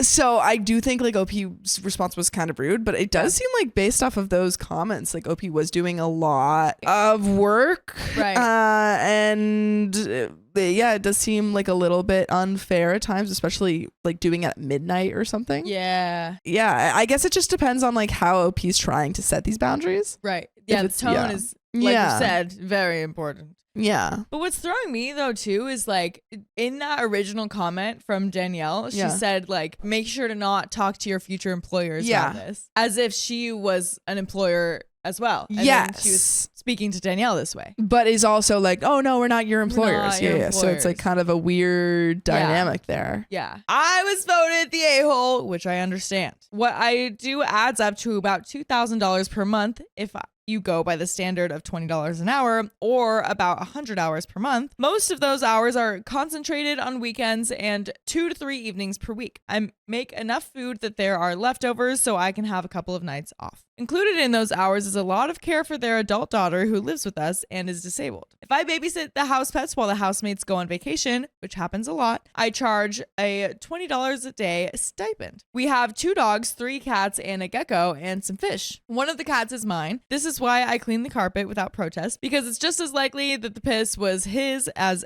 any of the other cats. I've said no to requests 3 times in 19 months, and each time has been met with pushback like this. All 3 were due to the time of the night that they were asked. A lot have called this a form of modern day slavery, and I see where you're coming from. I've been fine with the situation remaining largely undefined because even when I protest at chores, I haven't been threatened with eviction. I entered into the situation at a time when I was overwhelmed and desperate. It might be predatory, but it was the best opportunity I had. I could have protected myself better going in. As to why I stay in it, it's because there's an end date in sight and it will set me up well enough to keep funneling money into savings for the next few months. If I were evicted, it would suck, but I would be fine. It's not ideal, but it works. I recognize that I should have worded my response better than I did at the time. However, I do want to push back on the idea that I have to do everything they say because they own the house. If a boss demands overtime from me, that's not previously agreed on, I'm allowed to say no. And I have done it many times without affecting my employment whatsoever. In fact, my current boss, who I've done this with the most, often using the same wording as here, wrote me an excellent letter of recommendation for law school. Times have changed since the 1980s, and saying no to bad demands is becoming more and more acceptable. What she meant when she said you should be careful when you say things like that at work was that I shouldn't be assertive at all in a situation where I am a subordinate, which I very much think is outdated advice. I was not invalidating the difficult work of raising a family that Danielle did. I would not dream of offering someone else parenting advice because I haven't been in their shoes. Hypothetically, if the last time I had raised a child was 30 years ago, I also wouldn't give advice on raising a kid in the iPad generation. Danielle should not be doing the same to me about work. She is not my professional boss. She has never worked in my field, and she knows that she is not my landlady either. If she were, there would be a whole lot of rules that she would need to respect that she doesn't want to, such as entering my room without notice. Again, because I'm getting some benefit from the situation, I don't and won't threaten legal action here because I have enough documentation to protect myself. In addition, Chris, Danielle, and I all have personal stakes involved in this going well. We have a ton of mutual friends, one of whom is their son and my best friend. Danielle and Chris have some chronic illnesses that make housework hard for them, so they are also getting a lot out of this situation. I plan to apologize and smooth things over. I will follow much of the advice mentioned here about protecting myself better moving forward. Perhaps naively, I hope this will end well. Danielle and I actually get along very well most of the time. We don't hate each other by any means, and we both ultimately want to see each other happy. That's why this has worked for so long. To everyone who says that this situation proves I don't have what it takes to be a lawyer, don't worry. You will probably never be my client. And we have another update. First, as an aside, a lot of the comments here missed the point. Danielle was not angry with me for refusing to do an additional chore at 10:30 p.m. That was not the issue. Even by the most generous of understanding, demanding additional overtime work at the end of a 14-hour shift is unreasonable, and she knew that. During our follow-up discussion, she added a detail that I had totally forgotten about. The second room in question has a large potted fiddle leaf fig tree in it, and in order to steam clean the additional room, the tree needs to be moved. Neither she nor I were able to move it after multiple attempts, so at that point I said, until Chris and I can figure out a way to move this, the steam cleaning will have to wait. I know you want it done tonight, but I will not be doing that. Very important context that I missed adding when I was angry. That is very important. That does changes it change a lot. It's like, oh no, I lot. literally can't do this right now. Yeah. The issue in question was the exchange the next day. As to how I responded the second day when she came to confront me on my wording, for that I understand now that I was absolutely the a-hole. As one of my close friends put it to me, those are inside thoughts. My context about her work history was also unnecessary and irrelevant. Last night, I approached Danielle and opened the conversation with a profuse apology. Okay. No qualifiers, no protests, just that I was rude during our kitchen conversation and I needed to apologize. She, in turn, immediately apologized for her incredibly poor introduction to the follow-up conversation and for cornering me in the kitchen while I was otherwise occupied instead of meeting with me at a more neutral time. Chris then joined us and we had an extensive conversation. During the conversation, I asked them to define how they view our arrangement. They were immediately very clear that they don't see me as a tenant, employee, or servant. I pointed out that if that is how they want to view things, then I need to be free to say no to extra requests. They were receptive to this. I also pointed out that in our state, I could either be considered a tenant or a live-in domestic worker, but due to the length of time I've resided here and the conditions in place, I am definitely not considered just a guest. They did get offended that I see our relationship as fundamentally a transaction, which I found kind of funny because they have the freedom to frame it in their minds as we're helping this person out and she's helping us out. It's wise for me to see it differently. I do have obligations to them and my life has substantially larger implications should this not work out. In the end, they agreed that because they aren't landlords and I am not their employee, in their minds, I should be receiving more freedom than I have been given. Chris and Danielle have chronic illnesses that make most of the work I do very difficult for them, including a lot of the care I provide for their adult daughter who lives with us. We then outlined, again, exactly what my responsibilities are and what they are not. Finally, to my surprise, they apologized for previous invasions of privacy and agreed that we would put a lock on my room door. It is an interior lock only, so I can't lock it while I'm gone, but I'm fine with the progress. I was never threatened with eviction or anything anything like that, people can be emotionally mature enough to talk through issues instead of immediately pulling a metaphorical trigger, which is what happened here. After the conversation, I typed out a long email detailing the terms of my living here as it currently stands and had them send a confirmation in reply. While it is not officially a lease, it is something in writing outlining responsibilities that was agreed to by all parties. We agreed that my monthly hours would be reduced to 80 instead of the roughly 100 that I've been doing. If the value of that is calculated according to the federal minimum wage, that's a value of $580 every 4 weeks, which is more than most rooms for rent are in our area. Of course, the labor I do is somewhat skilled and has a market value of at least double, but I use the federal minimum wage for the sake of an argument. I also established that the latest I would be available for housework is 9:30 p.m., barring some form of emergency, and if a task absolutely requires going past that time, I will be taking that time back on a different day. I know that I will laugh at this in contracts class in the future, but for now, I'm fine with what it is. Like I said in a comment, it's not ideal, but it works. I'm not in a position where I desperately need this anymore, but I'm going to stay here until August because being able to funnel what otherwise would be paid in rent into savings is doing wonders to set me up in the future. And by the way, what would do wonders for you and for us is if you listen to full episodes of stories just like this on any of your favorite podcast apps, Spotify, Apple Podcasts, or literally anything else you could think of. Just search OK Storytime. And there is a tiny bit more. I think this is going great. Yeah, it seems like they've really figured it out. Yeah. It seems like they had an adult conversation, Right. and they used their words, and they didn't yell at people and stuff, and now everything's working out. Very clear communication. That's all we wanted. Mm-hmm. And that's what we got. That's what we got. But there is a little bit more. Let's get into it. To everyone that commented something along the lines of, you have to do everything she says, or you're the help, or you're entitled, I encourage you to think about that perspective more. Employees, household help, and any people in a subordinate position are still very much an individual and deserving of basic respect to their space, their time, and their person. No laws, no matter how extensive, take those basic rights away. Also, if you said it was my fault for being in the situation in the first place, punt rocks. We are all working through our own situations where we pick the best option available, even if it isn't perfect. That's not weakness or stupidity. That's life. And that's the end of the story. And that's a wrap. That's a wrap. That was great. Yeah, I think they figured it out. I'm Yeah. happy for them. Yeah. It makes a lot of sense. Like, I mean, I feel like there's still a way for her to be like, yeah, no, we could still be buds. Like, we could still be like family of friends, you know, but also like work together kind of. Yeah. Like, I kind of also work with you, for you, but also your daughter's my bestie or your son's my bestie. But that is the end of that story. So we're going to get into the next one. I feel funny about my boyfriend hanging out with my roommate alone. They called me controlling.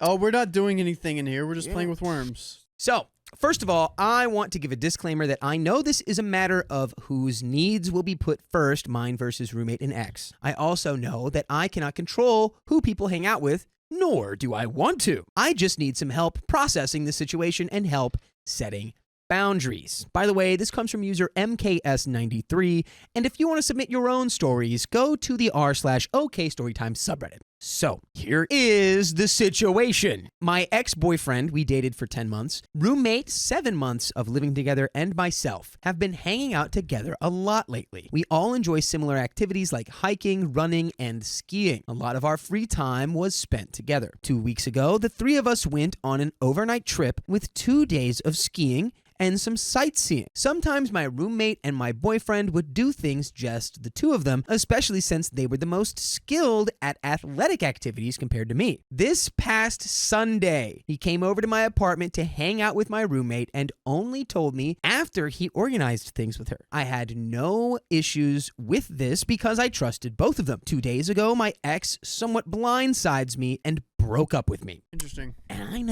I think I know why. Yeah? He realized you couldn't hang on the slopes, babe. Ooh, on He cloud realized 9. He's like, I need someone who can shred the gnar, dude. Someone that can go up on cloud 9 with me. That's me. Ooh. I need someone who can hit the double black diamonds. No. Or maybe No. he preferred the master bedroom rather than whatever room you were in.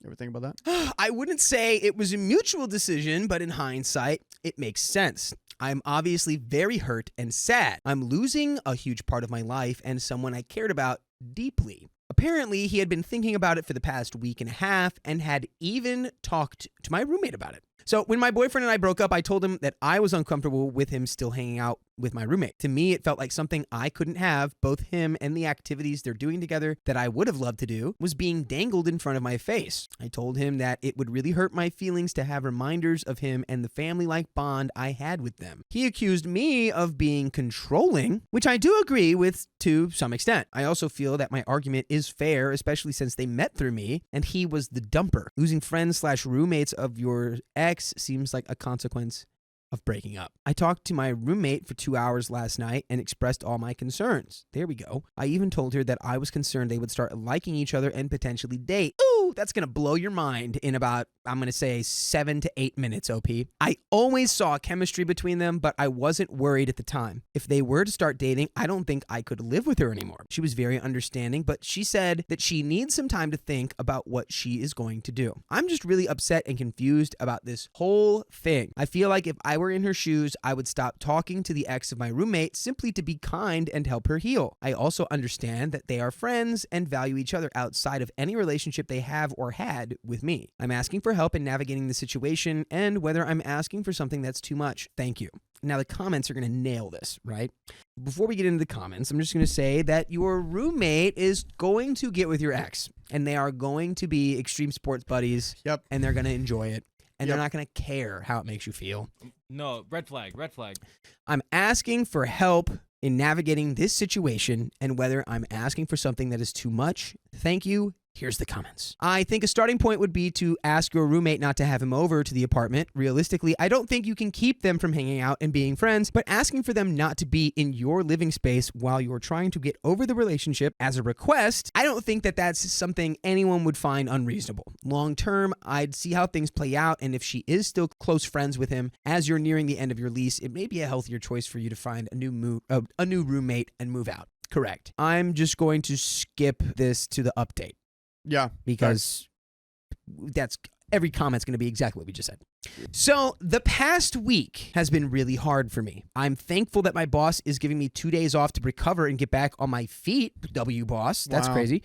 48 hours after the breakup, I talked to my roommate, and she said that while she understands how I feel, she will continue hanging out with him. I also talked to my ex and told him how uncomfortable I feel about the whole thing. He also said he understands, but thinks it's controlling of me to ask them not to hang out. Last week, they hung out for 5 days for hours on end. They did respect my request not to come inside the house when together, which I appreciate. Many posters suggested that they were having an affair. My ex claims that he did not break up with me to get with her. I did believe him at first, and maybe it was somewhat true, but I now think that something is going on and was going on. I found out that my roommate had a crush on my ex while we were dating, yet still continued to hang out with him alone while we were dating. All right, yeah, they were now okay. Now there was an affair. There was an affair. Your roommate was getting with your ex. All right, See? Even if it wasn't physical, it was emotional. and you don't have to be cool about that. So this person is what, Riley? Scumbag. Not yo boy. Not your boy. This is not your boy. Absolutely not. We got to start making that a thing. Yep. Not your boy. What are they? Not your boy. Oh, you could have been a little more enthusiastic about that, but I'll let it go. Okay. I asked my ex while we were still dating if we could hang out, just the two of us, a little bit more, and I was accused then of being jealous and controlling. Turns out I was onto something. I suspect they are now trying to hide their relationship from me, though I cannot be sure. I mean, of course they are. You literally told them they can't hang out in front of you, so of course they're going to hide it from you.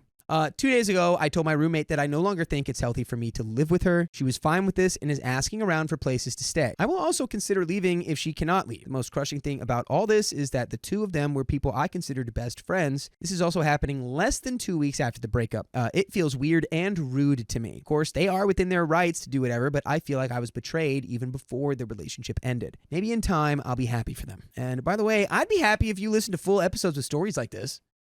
All you got to do is go to Spotify, Apple Podcasts, wherever you really get your podcast from, and search OK Wherever. Storytime. That's it. Search OK Storytime, and you got, like, I don't know. Somebody needs to do the math on how many hours of I'm going stories to we guess have on the internet. 2,200. So we do have a little bit of story left. Honestly, Cheaters aren't cool. cheating is not I cool, knew they were although doing I that. don't think you have the the leverage to stand and say like, hey, you can't do this, and I think you've realized that, and yeah, I think you need to just move on from these people. I know it sucks. Yeah, you got to get It out of there. really sucks, man. It does. Like, don't let my flippancy Don't. confuse you into thinking I don't actually feel for this at all. I do, but it's like you gotta move on. Yep, you have to. And the longer you hold on to this, like the more of a detriment it's going to be to you. Like the faster you can just let this go and this might honestly just be a case of Heal like two from people this? who are better fits for each other. It still doesn't excuse But they them. cheated. It doesn't excuse the affair. But at the end of the day, like these are two people who might be more compatible than you even were with your ex. Probably. So it's like, who knows? We are going to finish up the story here. So, edit. You all are so kind. Thanks for the words of encouragement, tough love, and shared experiences. I'm staying with a friend tonight and am hoping that the move out situation goes smoothly. Living apart from my current roommate is the only viable option for me moving forward. I will also be cutting contact from both of them as soon as the living situation is settled. Yes, thank you, OP. Also, I am going to therapy tomorrow. Yes, what I was just about to say. And went last week, so I'm hoping that helps. John, we're going to get back to the story, but I got to tell you, I've been loving these pearls that I got in Colombia. You are a delicious beaded man now. I do feel more confident at the very least, but I think these pearls pale in the amount of confidence an OK Storytime membership can get you. That's right. You get 60 plus hours a month of exclusive live stream content. That's advice that'll make you the best version of yourself. It's only $5 a month, so go to the link in our description, youtube.com/OKOP show/join. Crack open that oyster and get the blues. But let's get back to the story. I'm so thankful I have off from work. It's been nice to just be able to rest. Edit 2, roommate confirmed in a convo today that they are more than friends. And there's some comments here. Let's see how the comments are going to back us up. Is OP in any of them? I think so, yes. Comment 1, everyone likes to think of themselves as the hero of their story. Currently, your roommate and ex are playing out their fantasy of being lovers against all odds. You're now the villain in their epic love story merely by advocating for your own needs. Also, that's extra. I don't know if that's the case, but it's definitely probably a case of like, oh my God, why can't we met in these crazy circumstances? That's what it is, at the very least. Moving out and leaving them behind is your best move. Do that. Yep. Reply, yep. Without a villain, the relationship will probably flounder very quickly. It was fun because it was secret and behind your back. Low-key facts, maybe. He breaks up with you. Then he uses the controlling defense to frame you as a villain. You break all contact and move on. Well, they lose all of the fun of sneaking around at first and then having a crazy ex being the bad guy. Okay, blah, blah, blah, blah, blah, blah. Okay, never mind. OP did not respond. So, yeah, I think that's a good point. my final take is going to be if there was no cheating here and they just like were friends that then developed feelings over time outside of y'all's relationship, that would be a completely different thing. But the fact that there was infidelity while you guys were together makes them really suck. Crappy. Honestly, they do. They suck. Yeah. They suck and it's a bad situation. And the best thing that you can do is just put it behind you, put it in the rearview mirror, work on yourself, go to therapy, sort it out. Go to the gym. Maybe do Because- some snowboarding. Yeah, go to the gym, learn how to Become shred. a professional snowboarding gal, and then get in the Olympics and show them what's wrong. Be like, hey, F you. And don't fall for the trap of thinking that you did something wrong. You didn't do something wrong. Nope. These people just saw an opportunity to be gross with each other, and they took it. Yep. And, you know, it has nothing to do with you. The fact that you maybe can't ski or snowboard very well. It's like they're just trash a little bit. A little trashy. So, yeah, don't let it get to you. You're on the upswing. You're up and up. Don't worry about it. But that right there, that is the end of that story. If you want more stories like this, search for our podcast, OK Storytime, on Apple Podcasts, Spotify, or wherever you listen to podcasts. My girlfriend kissed another guy, then wants me to go to his party. No. You got to kiss him now. My girlfriend and I have been together for more than 5 years now. We met in freshman year of university and started dating soon thereafter. She finished up her bachelor's and started working freelance in film, the kind you can watch in a movie theater, while I'm currently finishing up my master's. By the way, this comes from user That Time She Smiled. And if you want to submit your own stories, go to the r/OK Storytime subreddit. So, a little more than a year ago, we moved in together. We've had that plan for a while longer, but decided to go for it when she couldn't live near campus anymore. We're splitting rent 80-20, and I try to chip in as much as possible using the money I'm making doing research for my master's thesis and a side gig here and there. This was her idea. If you need any more background intel to assess my situation described below, feel free to ask. Now, my girlfriend doesn't have a lot of friends. She's always known a few people whom she can hang out with and will hang out with about 2 times a year or so, but she wouldn't call them her besties. I have a very close group of friends. I've been friends with some of them for over 15 years, and my girlfriend and I see them very often. Either we go over to their homes, they visit ours, or we hang out somewhere else, etc. You know, hanging out. Yeah. I'd like to say that over the years, my friends have become my girlfriend's friends too. About a couple months ago, my girlfriend started working on an independent film which was shot a few hours away from our home. As is usual with other projects she's done, she and the rest of the crew spent the nights on or near the set because they work very long days to get things done. Enter the camera operator, whom we shall call Jake. Oh no. Not a Jake. Jake. Jake and the missus have become good friends while they closely work together on the film. I thought this was great news, and she seemed very happy about making a new friend she can talk to and share things with, who isn't my friend too, or who wasn't my friend first.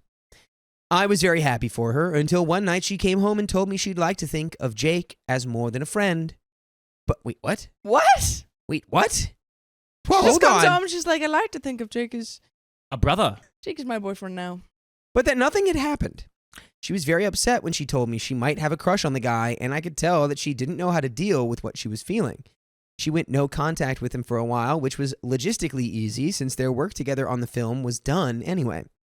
During the week or two after that, she was very restless. I'm not sure how to properly describe this, as English isn't my mother tongue. But I could tell she was sad that she had lost the one good friend that she had made in a long time. The week after that, a new version of one of her favorite plays was opening at the local theater, but I couldn't make it because of work. I suggested she take Jake and see it together, since she had mentioned before that he is into things like that as much as she is. All in good faith. Dude. My guy. Dude. My guy. Why? Oh, dude. This is getting a little long. Oh my God. I'm sorry. It's like I'm writing another thesis. As is tradition in the film industry, when the film is done, there's a party to celebrate it. There's 2 kinds, the premiere party, which is for the crew and their spouses and special guests, and the wrap party, which is for crew and special invitees only. Obviously, she went to the wrap party as it is a great way to network and land new gigs. She came home crying the day after the party, going on about how she got a little wasted and that something had happened between her and Jake. When she calmed down, she told me the 2 of them had kissed, but that she had stopped him mid-kiss and realized that what she was doing was wrong. Now I'm all for second chances, so we talked about it for what seemed like a very long day, and she seemed to really regret it. Last week, Jake came over to our place to a party I was hosting. What? Stop! Stop! You're a sick fool! You man. stupid boy! Sick freak! So okay, so your partner comes back to you and says, "I have a crush on this man. I'm gonna cut him out of my life." You say, "Okay," and then a little bit later, you're like, "Hey, you should invite him to hang out." And she's like, "Okay." She comes back to you. She says that she's kissed this man, and you're like, "I get it, man. It's okay. Let's invite him to a party." OP's literally playing their own devil's advocate. It was very awkward. My best friend, who I always share everything with, picked up on it and asked me multiple times that night if everything was okay. I wasn't sure. Nothing really odd had happened that night, but something just didn't feel right. My guy, him being there is what was odd. What do you mean something didn't feel right? You mean the tension in the air? Idiot. Jeez Louise. My friend suggested that I tell my girlfriend to stop seeing Jake again, but I don't think I can do that again because I forgave her for what happened and she got very sad the first time she went no contact with the guy. Do you hear yourself? Jake was a very nice guy, and he told me that he's hosting a New Year's Eve party, which my girlfriend had mentioned earlier as well. She is very excited about going to that party, and she really wants me to come too. I don't know how I feel about this, but we don't have any other plans either. After my party, I mentioned another end-of-the-year party we were both invited to, but she seemed very sad about not being able to go to Jake's party because she wants to kiss his face and is infatuated with him. Break up. She added that her priority was spending New Year's Eve with me and that she didn't want to go to Jake's party without me, but that she would be very sad if we didn't go together. Over the last few days, she has become very pushy about wanting to hear an answer from me about the parties, constantly stressing that she really doesn't want to go alone. She should go alone without you And you should break start up. dating Jake. You should break up and she should go date Jake. I'm not really sure what my question is. Writing all of the above down helped a bit in assessing the entire situation myself. I'm just not sure what to do or what to tell her. Reddit, what would you do? You freaking idiot, you break up with her. What would I do? I would break up with her. Before I say anything else, I really want to thank all of you for your kind and sometimes harsh, but definitely needed replies to my original post. I think that just read it. I can only imagine how Yeah. eviscerated Oh this guy yeah, got they're in like, the you comments. idiot. Your girlfriend needs to break up with you. God, And it's just like super brutal. There's got to be some hilarious stuff in there. Yeah, too. we gotta look Oh, at those it's good. comments, man. A few of you recommended I read some books, which I did, and one of you even bought me a copy of a book about being less of a doormat. That's so funny. Thank Someone you. on Yeah. Reddit bought him a book. Yeah, about not being a They doormat. sent Way to him? go. Dang, man. Thank you all for your help and your understanding answers. Now, on to the current situation we go. We're not going to Jake's New Year's Eve party. She understands that I really don't want to see him and that going to his party is totally uncool and will mess up our relationship. Your relationship's already messed up, buddy. It's already messed up. In the trash. It's already messed up. It's burning to the ground. She insists that I am her first priority and she doesn't want to lose me. As some of you suggested, I kept asking questions about what really happened because the entire situation was very vaguely described to me. At first, she told me she and Jake had only kissed once, but later she admitted to making out with him. A day after that, when we were discussing the situation again, she got very mad when I mentioned the two of them making out. Apparently, that was not what had happened after all, but they did kiss multiple times on different occasions. I'm going to start throwing stuff at the camera. Apparently, that was not what had happened after all, but they did kiss multiple times on different occasions, which I honestly find worse than a single makeout session. Yeah, you should. Yeah. You should find all of this bad. You break should up find with it her. so you worse, so bad that you break up with her. A few hours later, she told me they were hugging too, but the next morning that didn't happen at all either. Dude, this is... And she's like, yeah, we were hugging and I was unclothed, but no, that's not what happened. We made out. And I straddled him, but no, it was just a couple times. Where is the truth? Give me the truth. When I confronted her about her BS, she said that she was very wasted and that she didn't remember clearly what had happened that night. What I did find out for sure was that apparently some things happened on other nights too. I'm not sure what to think and I'm not sure what to believe. Now that you have my description of our progress, I have to say that I feel like I'm really standing on an imaginary crossroads. No, you're not. Brother, there's nothing imaginary about You're it. standing on a one-way street. She clearly regrets the entire situation and is very upset about not knowing for sure what had happened and about the possibility of losing me over all of this. She knows what happened. Dude, she knows what happened. I think we might be able to work things out too. No! Bro, you're so stupid! Now I'm upset! And it takes so much for me to be upset! I've been thinking about this a lot and I'm really unsure about everything. I don't want to throw away a multiple-year relationship and our house, but I don't want to suck it up and be a doormat again either. Bro, you're not throwing anything away. She threw it away when she kissed him. 24! There is one thing that is clear to me that needs to happen for me if I decide I want to work on fixing our relationship. She has to go no contact with Jake. Oh, wow. Oh, and now we're what at the a- same thing that oh. we started at where she went no contact with Jake Yeah. and then you said, no, go hang out with them. You're going to do the same freaking thing, dude.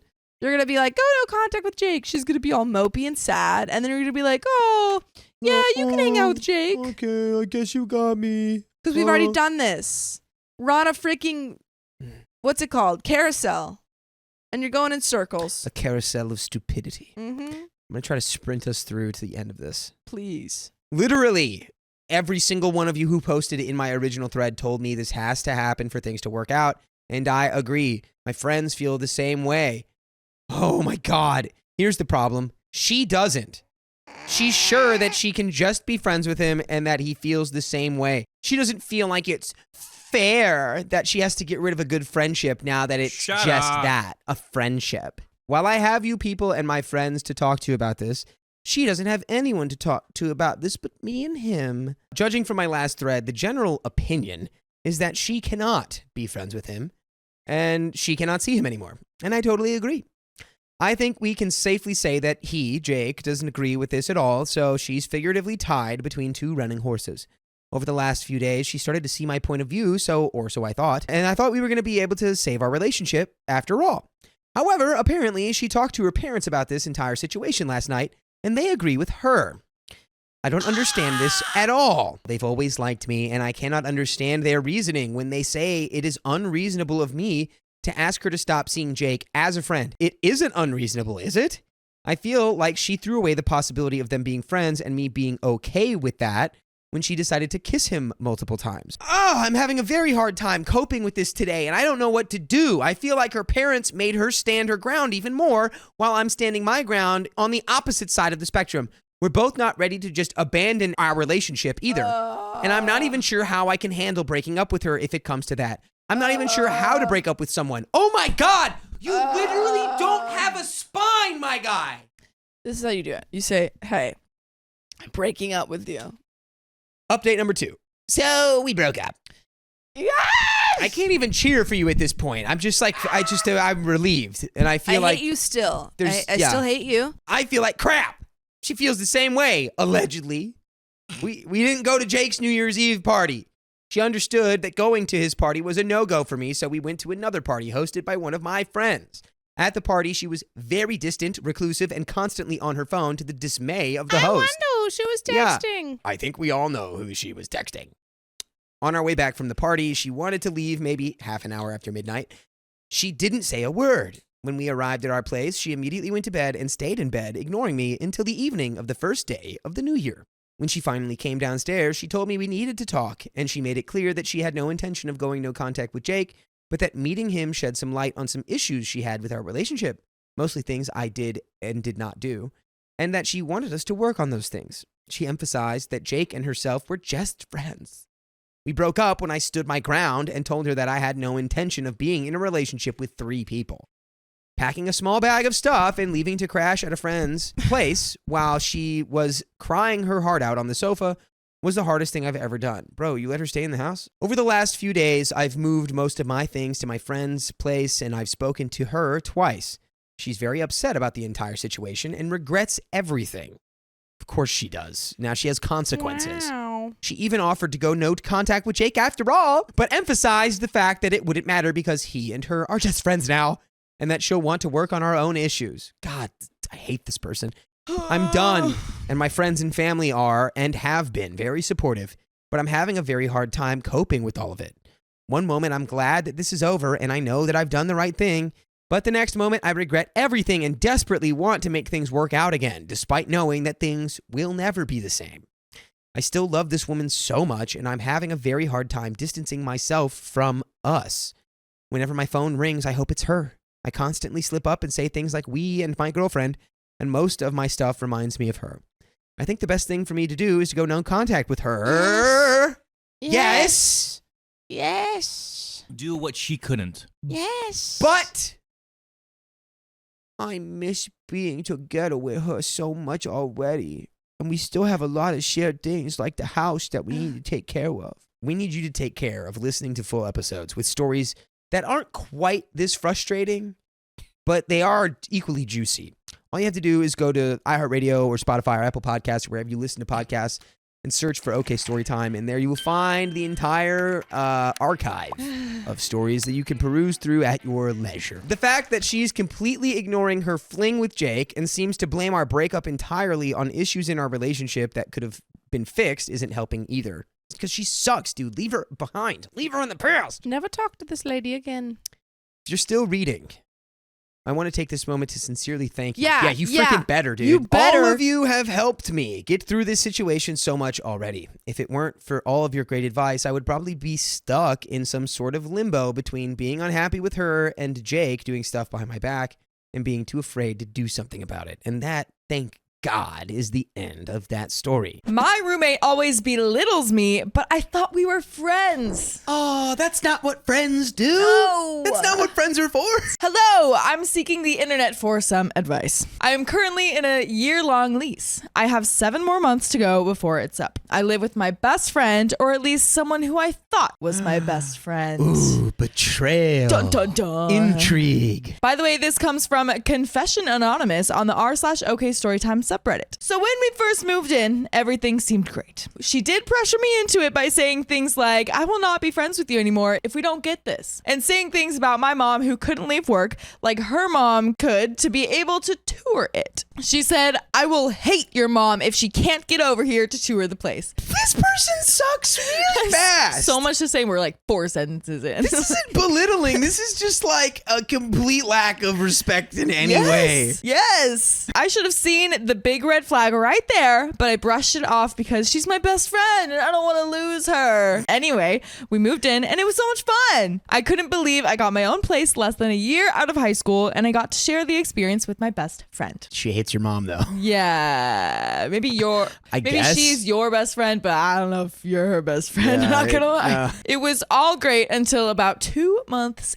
in. That's all it took. That is not a long time. Not a long time. My best friend got very comfortable with being able to do whatever she wanted. She didn't have strict parents, but hated having to tell them where she went, and she barely had a curfew. Only needed to be home if there was something they needed her home for. But with this newfound freedom, she cut most of her family off, was having someone over every night, getting wasted. She's a few years under the drinking age, and overall being crazy with the new freedom. We do not condone underage consumption of any substance. Not at all. Not at all. She's always been the type of person to say what's on her mind and tell people how it is. She used to be kind to me when I met her and when we spent our days together back in high school. Over time, she grew meaner. I'm not sure if it's from her becoming more comfortable with me and her thinking I won't leave, but she says horrible things to me. Constantly talks down about my mom or my family, who has been nothing but kind and welcoming. She's called me a B and other curse words. She told me I'm a horrible person if I don't want to go out with her at night because I work early in the morning. I can't deal with that. Yeah. That's the unforgivable. Yeah. Like shaming her for being responsible. Yeah, Hello?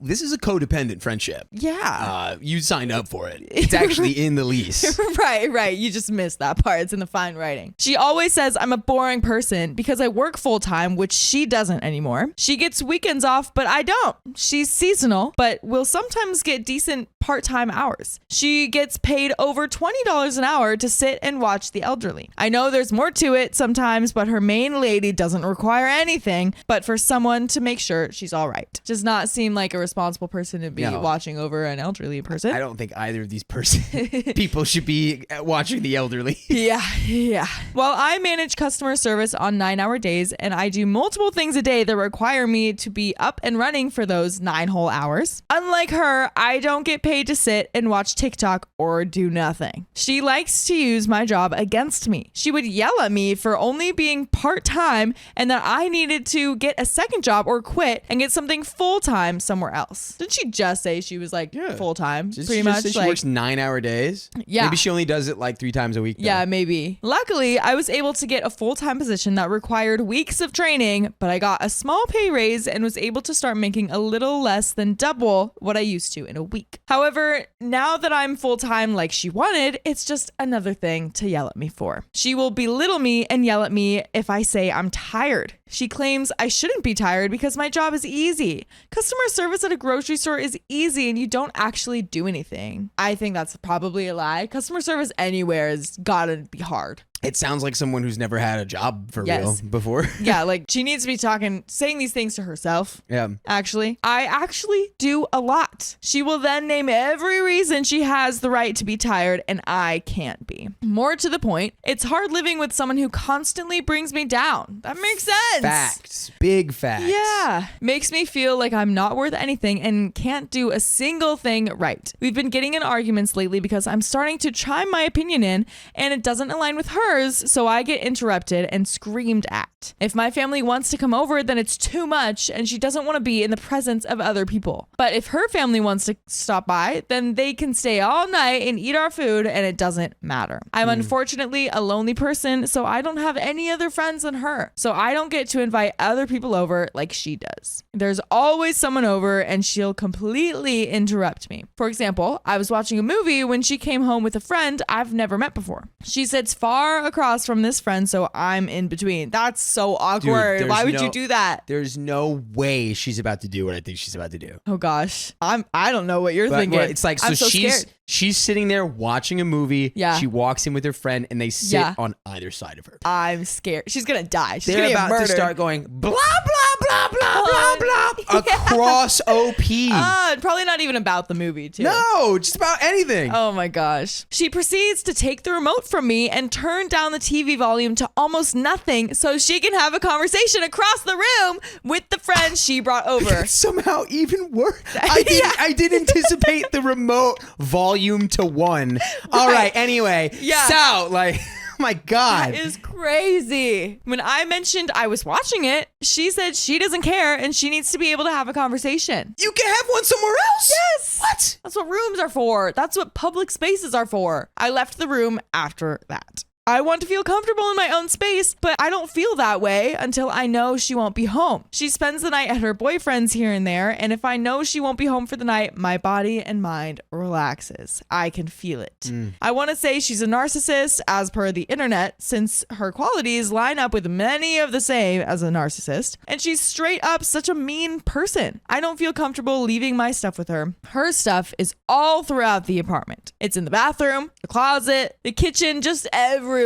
But as for me, my stuff is only in my room besides my toothpaste and a few cups in the kitchen. By the way, you can watch us anywhere in your house. You can watch us in the kitchen, in the closet, in the bathroom if you so please, because we're live every weekday at 3 p.m. PST on YouTube, on Facebook, on TikTok. Just tap our profile. And we might even be live right now. Oh, yeah. But before you check on that, let's finish this story. Yes. Really what do we quick, think so though, far? Yeah. Like, another thing I didn't even think about until like right now, imagine being the friend when she came home and like just like railroaded the TV and turned it all the way down. Like, and then being there like when she's obviously just being blatantly disrespectful of the roommate. Yeah. That would be very I uncomfortable. feel like you're just like sitting that you're a co-conspirator at that point by Right. not just being like, hey, can Like, we do we not like this person at all? Like, Yeah. what are we doing? Yeah. Oh my gosh. This is just a crazy, crazy roommate. Yeah. Doesn't even think of anyone else at all. I think the solution here is, well, first of all, this is not your best friend. Best friends do not treat each other this way. And I would look into figuring out how to get out of the lease. Yeah. You know, Yes. any way possible. Find a support Or system. like, yeah, like confront her, but like have a witness that you know. I don't think at this point, even confronting her, like, Yeah. she might be completely blind to her own behavior here, but For like, sure. I don't think that there's a way back. I think this person fundamentally Right. just does not respect you in any way. Yeah. So Yeah. But there's 7 months left on the lease. 7 months. well, This the is- alternative here is that you have to try to be so annoying that you get her to break her Yeah. lease. Just turn it into Big Brother. which is like, either way, it's like you're in for a messy ride. That's Right. for sure. But there is more. So let's see. She makes anyone's stuff her own, especially mine. She used my stuff to give to her boyfriend or just use it for him in general. I'm sorry, she's gifting your stuff away. Yeah. Well, there's a case right there. Thievery. Yes. Yeah, she's stealing Yes. from you. Bring it up with the landlord. Yeah. There you go. So I try and keep it all with me. Lately, I don't even let my keys be out of my room. If someone has any advice that could help me get out of the lease or even just how to make it more manageable until I can leave after the year's up, it would be greatly appreciated. So what would you say, Dakota? I mean, I would document any sort of thievery. Yes. Because I think, if you're talking about potentially criminal activity, Yeah. you might have a case to get her removed. I haven't personally had a situation where it's like, I've never had a roommate this terrible. Yeah. But I would look into, first of all, you're still pretty young. You're right out of high school. Right. I would lean on your family here if you can. I'm not sure, if they're a positive force in your life, but wherever your positive support system lies, lean on them for advice, and maybe, because lawyers can be really expensive. So I don't know. Yeah. I would definitely browse, more. There's got to be some forums out there, maybe point you in the right direction in terms of what's available to you options wise. Yes. I think some advice that has been given in like past stories about roommates is just like document everything. Yeah, like straight up. Like talk about what they're taking from you, what they're leaving around the house, how much people are coming over. Yeah. You know what I mean? What she says about you bringing people over, and then see if you can bring it up with the landlord. That is the end of that story. My roommate doesn't respect me. She puts me down every chance she gets. How else is she supposed to stay up? I, 22, dorm with a girl, 20, who I knew a little bit outside of rooming together. We would go to weekly activities for a few months leading up to rooming together. I would pick her up as she didn't drive and lived right down the street. And sometimes I would go out of my way to pick her up from her boyfriend's, which was 15 minutes away. This doesn't apply to anything really, but just a little backstory. By the way, this comes from user Cherry Bubbles on the r/OK Storytime subreddit. So, one of the first instances in the past 2 weeks where I felt upset was when she would jokingly put me down in front of mutual friends we were just making. I'm always cleaning up her hair. Or, her side of the room is kind of... Out of there. Get out of there. Come on, why are you doing that? In my defense, she felt this way because I had nothing on my walls yet, because I'm saving money. My bed wasn't made, and my closet wasn't aesthetically pleasing. There was no mess besides my bed not being made. And to add, she leaves her hair behind and invites friends over to do makeup and leaves lipstick stains behind. So it looks like there's a little projection going on here. Yeah, weird. I'm pretty low maintenance, so it didn't bug me other than the fact that it's only okay when she does those things. She's also made this comment in front of our friends, which hurt my feelings. I thought you were going to leave your Hello Kitty stuff at home. Wow. Hating on Hello Kitty in front of your friends? Dude, you don't know how much clout you can get for having Hello Kitty in your house. Yeah, it just depends on the right. If your circle's not discussing Hello Kitty, you're in the wrong circle. Yeah. She was referring to a pencil holder that my grandma got me and maybe my tote bag hanging in my closet. Oh, wow. So there's only 2 things, too. And I said to her, "What? Hello Kitty is so cute," laughing it off, to which she replied, "Well, I leave my Star Wars stuff at home, and I honestly think that it's corny and weird, like a lot of people think it's corny." Okay. How are you trying to down-talk Star Wars? Yeah, come on, girl. What are you? What universe are you in? Definitely not the cool one. I laughed it off, but later on, I just gently told her that I can put it away when her friends come over, but I would like to keep it out because it's the only thing my grandma could afford to buy me. Dang. OP's such a sweetie. Yeah. She didn't reply rudely to that, other than restating that she didn't know. She just thinks that it's corny. Another instance. I had been helping our mutual friend move out for Labor Day weekend. My roommate's boyfriend was coming to pick her up at that time. I had gotten back to my room and no one was there, so I just sat and hung out for a second. She walks in with her boyfriend and I go, "Oh, hey guys, I'll head out so you can have some space."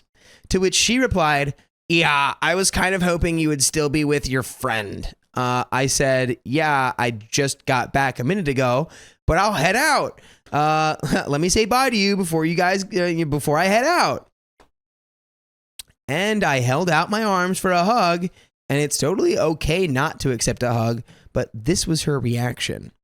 She held her hands up to her chest like she was scared and made a disgusted face at me and goes, "Yeah, sorry, I don't do hugs."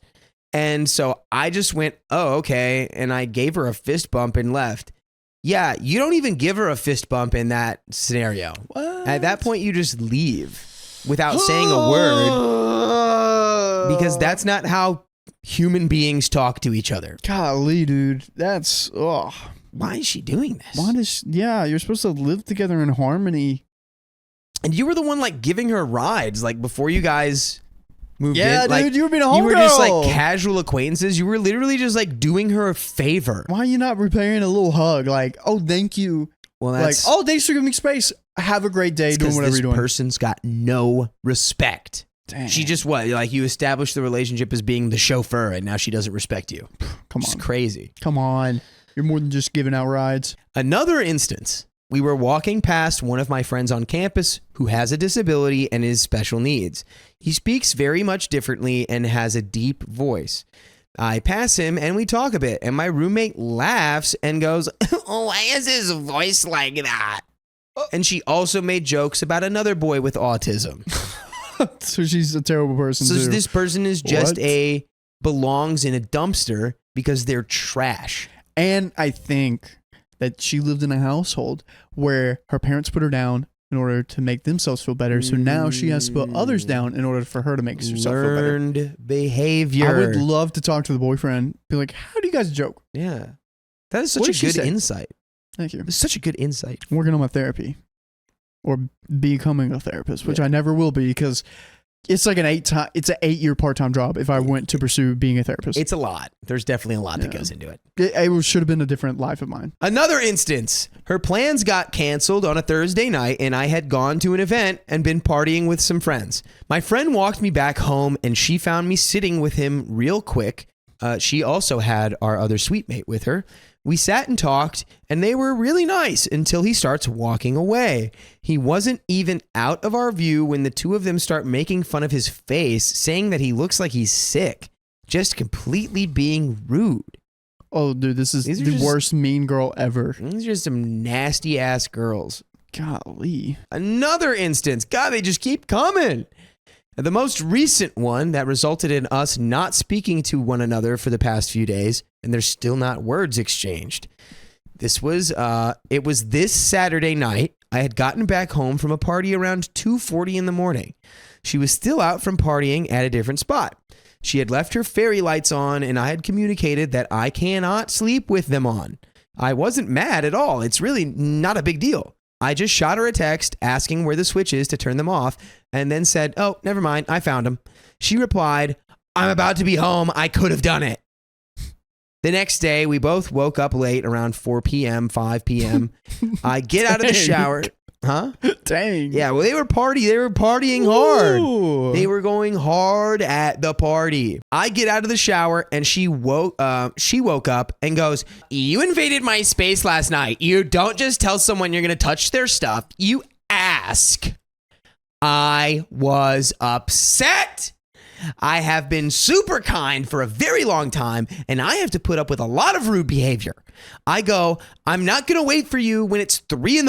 and I want to go to sleep. I'm going to shut them off if they're on in the middle of the night. I can't sleep with them on, so maybe just leave them off." She defends it, saying that she needed them as a nightlight for when she got back home. I agree with that. What do you mean? I Are don't agree with you that. crazy? I like a nightlight when I get back Hey, home. do you know what this is? Your phone. Do you know what it has attached to it? A freaking flashlight, dude. But I like having my little light bulb on because it gets dark and I'm like, oh, it's on. Well, I know who I'm never living with, Riley. We don't have to live in the same room. Yeah, of course we would. We're a husband and wife.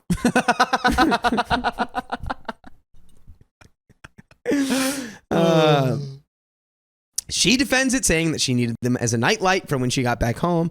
I said, "There's other lights." To add to this, she also had her TV on, and I compromise, and I am okay with that. It bugs me, but I don't want her to be inconvenienced. "Well, you still shouldn't touch other people's stuff without asking first," which I guess is true, but you're just turning the lights off. That's not touching your stuff. It's Yeah. just turning it off. Yeah. Get off who do you think you are? "I don't touch your alarm when it's going off forever." I said, "I wouldn't mind if you did, because not everything is a big deal." This happened one time, and I apologized. The alarm being on for too long. I was in the wrong for my alarm going off. I was under the impression that she was at home because she left at 6, but she came back to nap and couldn't sleep because of me. Still my bad. But hey, She apologized. accidents happen. Yeah, you get through it. Yeah. You move on. You don't throw it in other people's face whenever you're arguing. They turn off your fairy lights at 3 a.m. because they're just trying to go to sleep. Come on. I can't recall exactly how it ended, but it did shortly after that. Then she got on the phone with her boyfriend, and me, being petty because I was fed up, started blow drying my hair in the foyer just to be rude. She slammed the door, and that was our last interaction. And by the way, I refuse to accept that this is your last interaction with us, because you can join us when we go live every weekday on YouTube, Facebook, and Twitch at 3 p.m. PST. All you got to do is tap our profile. Tap it. Honestly, yeah, I'm cool with you never speaking to this girl ever again. Yeah, try to move out, girl. Get out of this situation. You can't be someone's punching bag for a few years. Get out. Yeah, okay. she's straight up. She's just using you to wail on. Also, to add, she has moved 2 of my soaps under the sink now and put Halloween stickers on our mirror without asking. I don't care because I'm chill, but I'm just saying, it just reminded me of the meme that's been going around right now. The like when she's mad, but I'm just a chill guy who doesn't really mind. Oh my and gosh. it's just the dog like standing there. Did you know That's they made literally what you they just made a did. crypto out of that? And some I don't dude made care like because I'm a 80K. chill guy. Okay, put Halloween stickers on our mirror without asking. I don't care because I'm chill, but just saying she has double standards. Am I in the wrong or overreacting? I know I was petty, but I felt it was justified. No, dude, this girl just disrespects you. What do you mean? Yeah. You're not overreacting. No, I think you're you like I said, out petty her. Yep. And I want to see the contest. And you're people pleasing. And wait, what else? Well, I think there's a fine line between people pleasing and keeping the peace. Okay. It's like, no. OP, you're good. Your people pleasing is showing a tad bit because you want to keep the peace. But I mean, yeah, you're over her. Of course, anybody else would be. I think you're completely in the right. Yep. I mean, your alarm went off like when it was just a misunderstanding. It's like No. you weren't doing that on purpose. And now your roommate sounds like a petty, self-absorbed butthole. Yep. So yeah, you don't have to deal with her just on principle. Like, Yeah. you can. She keeps firing shots at you. Fire some back. Easy. I like the hair dryer in the foyer. Yeah. Do that some more. God. Keep bothering her just until get a she roommate. leaves. Just get a new roommate as soon as you can. Right. And get her to leave by bothering her. And we're gonna now have to leave. Keep your alarm on purpose. And Shut and up. then get mad at Shut her when she up. touches it. I let my lying friend live rent-free with me. Now I want compensation.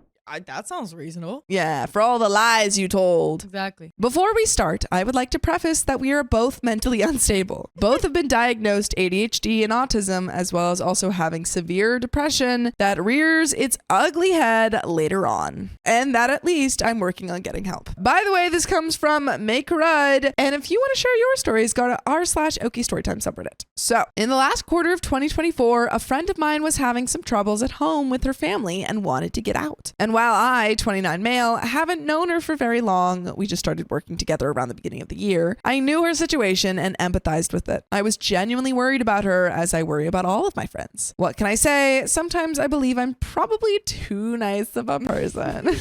What can I say? What can I say? I'm probably too nice. But for the sake of the story, I digress, and I will call her Apple 22 female. Anyways, I have a decent sized apartment for a 1-bed, especially for the price, and I often have friends stay the night every now and then. This, of course, extended to Apple. Around the end of September, her situation at home got worse, and she would often come to me and some other friends to just get away from there and spend a few nights over at my place. She would sleep on the bed and I would take the couch. Fast forward a few days, and it came up in conversation that Apple should stay with me until she's able to find something and get back on her feet. No biggie, right? We were pretty close friends, hung out a lot and we worked together, so it was easy to get schedules lined up. Well, unfortunately for both of us, the restaurant we worked at shut down due to financial situations and an ongoing construction project on the road directly in front of it. That's a whole different story. Luckily, I was able to secure a more stable job a couple months ago anyway. Unfortunately, again, Apple did not. So she was on the hunt for a new job, and I helped her as best as I could between my shifts, taking her to interviews, suggesting places, even brought up filing for unemployment, the works. During all that, I understood her situation and footed the bills for a while, and to protect myself because of bad roommates before and the even worse Reddit stories, I drafted a roommate agreement, pseudo contract for her to sign on top of her being on the lease. That stated like rules for the house, separation of bills, all that jazz. More on that later. It all started out fairly nice. We had some disagreements here and there, all roommates' friends do. I was in a somewhat okay financial situation to temporarily foot the bills and wanted Apple to focus on finding a new job. We even hooked up a little. Okay, Word. all right. But I do my best to be a respectful man and treat everyone the way I would like to be treated. The reason I bring that up is because she was talking to one of her other friends and she started to want to see him a lot. So the hookup between us stopped completely. I wouldn't want to foster the mentality of cheating, so we started sleeping separately again. Here's the kicker, though.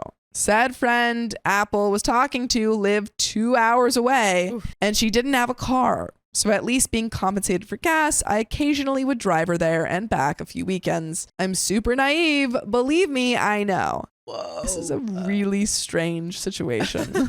So eventually Apple found a new job and we both believe she was on the incline again. Good job, right? If it was that easy, this post wouldn't exist. Only a couple of weeks into the new job, she was removed from everything and they wouldn't return her calls because she called in sick once due to weather changes, fall to winter. Super weird and dumb, we both know. And during all of this, actually a bit before getting the new job, Apple and I would start arguing a little bit more. We wouldn't do as much stuff together as friends anymore. I would always suggest things that we could do to help our friendship, play video games, go hang out with our friends, but it was always shut down and Apple just wanted to either doom scroll TikTok on her phone in the other room or go out with other friends by herself. I mentioned that we're both mentally unstable, so sometimes when she would try to help me, albeit while I definitely needed help and she did help a little, I'm not a very talkative person about my feelings or what I think and would just shut down and not speak. I don't really speak to very many people. Honestly, maybe like 2 friends, and even that's an ultra rare thing. But that's getting slightly off track. Let's just say that Apple had the mentality that since she was so open about her feelings and thoughts, that I should do the same and be just as open since I do always offer my ear if she needed it. So this pissed her off as it was me being hypocritical. Anyway, Apple started spiraling from losing her new job. She stopped talking to that friend a couple hours away. He pissed her off somehow anyway, and we would barely even speak to each other anymore.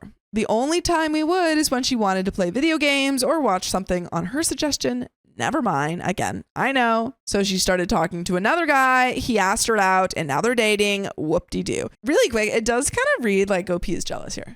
Like she's like spending time with other people and she's hanging out with her friends. And he's like, this is ridiculous. What the heck? We're supposed to be friends. We're supposed to hang out. Yeah, that's fine that she can do that. Yeah, I don't She's know. allowed to move on. Like it from a seems hookup. like he's like, oh, you want to hang out? And she's like, oh no, I'm busy. Sorry. Yeah. And then she's like, oh, hey, you want to hang out? And he's saying yes. I don't know. Yeah. I kind of don't trust him. Yeah, like I'm trying to think from his perspective, and maybe it's the kind of thing where like maybe it did mean a little more to him than it did her, like whatever they had, and so he's maybe feeling like he didn't get any closure or something like that from it, and it's kind of like in this, for him anyway, in this kind of like up in the air, like what are we, what happened kind of a thing, and she's just like, that was all it was. My guy. It was like casual for me. That's what I feel like it is. Yeah, that could definitely be happening. But instead of me helping her find another job, she would spend all of her time with her new boyfriend. Now, Apple is her own person. I never claimed control of her. Whatever. As you should. It's like, she's her own person. I don't want to control her. Just wish she didn't date that other guy. It was just that some bills started to get paid a little late, and so I would often ask how the job search was going and if she filed for unemployment. That's fair. Not that often, just like once a week or something. And she would reply that it's going okay and that no, she never filed. It got to a point where we couldn't even have a conversation without arguing. But since I prefer kindness over business, and she has told me before to stop stressing about money around her, I never told her how bad it got. Okay, well, she's supposed to be paying you rent. You could be like, hey, you need to pay rent. That's I weird. think that's acceptable. Yeah. That's acceptable to say. Apple eventually found out that apparently she wasn't actually fired from that last job. What? So she would use that as an excuse to never file for unemployment. Now, I don't know about you, but if your job takes you off the work group chat and they don't schedule you for almost a month, it's pretty dang clear that you don't really work there anymore and you should file. But who am I to question that? That does happen sometimes where like employers, instead of being like, hey, you're fired, they'll just kind of stop putting you on the schedule. Yeah, but you need to like email them and be like, hey, am I fired? Yeah, like, can I get money from the government or from you guys? What's the truth? So to stop me from asking so often, instead of staying at the apartment, Apple would stay over at her boyfriend's place 95% of the time and barely be here anymore. Not that I really cared. I just wanted to know when I'm getting paid back for the now 3 months worth of bills I was shouldering. Ooh. You gotta have a conversation with Apple. You gotta call her over and say, hey, you need to pay me. And of course, she would argue that since she's been staying with her boyfriend the last month, that she shouldn't pay. That's a stupid argument. That absolutely is. If you don't want to pay, get a subletter. That's how it works. Yeah. That's why you have a roommate. Yeah, because like if she's the roommate, then like her name's got to be on the lease. Like legally, you gotta pay. She can't just be like, oh, but I've been on vacation for like the it whole shouldn't month. count. Because imagine if you said that to your landlord. Yeah, like, they're like, hey, my guy, like, I actually am not there. All my so. stuff is gonna be here, and no one else can live here, but I'm not gonna physically be here. Yeah. So I'm not gonna like pay to be here. So I don't think it should count. Yeah. And I told her that she's still on the lease and should still pay me for half of the bills because she signed that contract to do so. But of course, that turned out as well as you would expect. By the way, it always is gonna turn out well if you go listen to full episodes of stories just like this on Spotify, Apple Podcasts, or your favorite podcast app. Just search up OK Storytime. Like, regardless of your feelings on Apple, I think that you need to set those boundaries and be like, hey, like, don't let her keep pushing off paying. Just say, like, you need to pay. I don't care if you're not here physically, you're on the lease and you owe me money. Right. You gotta. Or you either have to move out. Right. Get a subletter or pay the rent. If she doesn't like do any of those things, then you could find the contract or whatever, or I don't know, sue her, whatever you do in the situation, and then slam it in front of her and go, boom. How do you like them apples? Exactly like that. This was the commentary that we were waiting for. Now, there's a bunch of other factors that played into the story. A ton more mental acrobats between us. We have a friend that would somewhat mediate between us, and it was suggested that it would be best for Apple to move with her new month-long boyfriend anyway, since having 2 hurricanes in the same 1-bedroom apartment isn't really a good idea. That I can agree with. And a ton more, but we'll be here all day if I typed out everything. So am I the a-hole for kicking out my former roommate for not paying and asking for my money back? And some comments to finish it off. Comment 1, not the a-hole. She signed a contract with you. That is proof enough. And legally, you could go to small claims court for the money. Next best is to cut her off and change the locks. She is toxic in that aspect, and she shouldn't be mad that you don't open up in the same way. I have let others know I will always listen, but they never pressure me into talking. Those who know me well know I shut down and will break down before I open up. You deserve your money back. Comment 2, not the a-hole. You could even look into a civil suit, possibly, especially since you have documentation proof of what she was supposed to pay. And that is the end of that story. But yeah, I think OP, you need to like demand that money or go to court, I guess. Yeah, because I mean, I like if she decides, like she eventually did, that like, you know, she would move in with her boyfriend and just pay rent there, I guess, and not pay rent here anymore. Like she has to do that before she tells you that she's not going to give you money anymore. Exactly. Like that has to be agreed upon. Gotta be agreed. Gotta have a conversation about that. But that is the end of that story and the end of this episode. What? I know. So if you love us, make sure to subscribe. We love you. And see you tomorrow.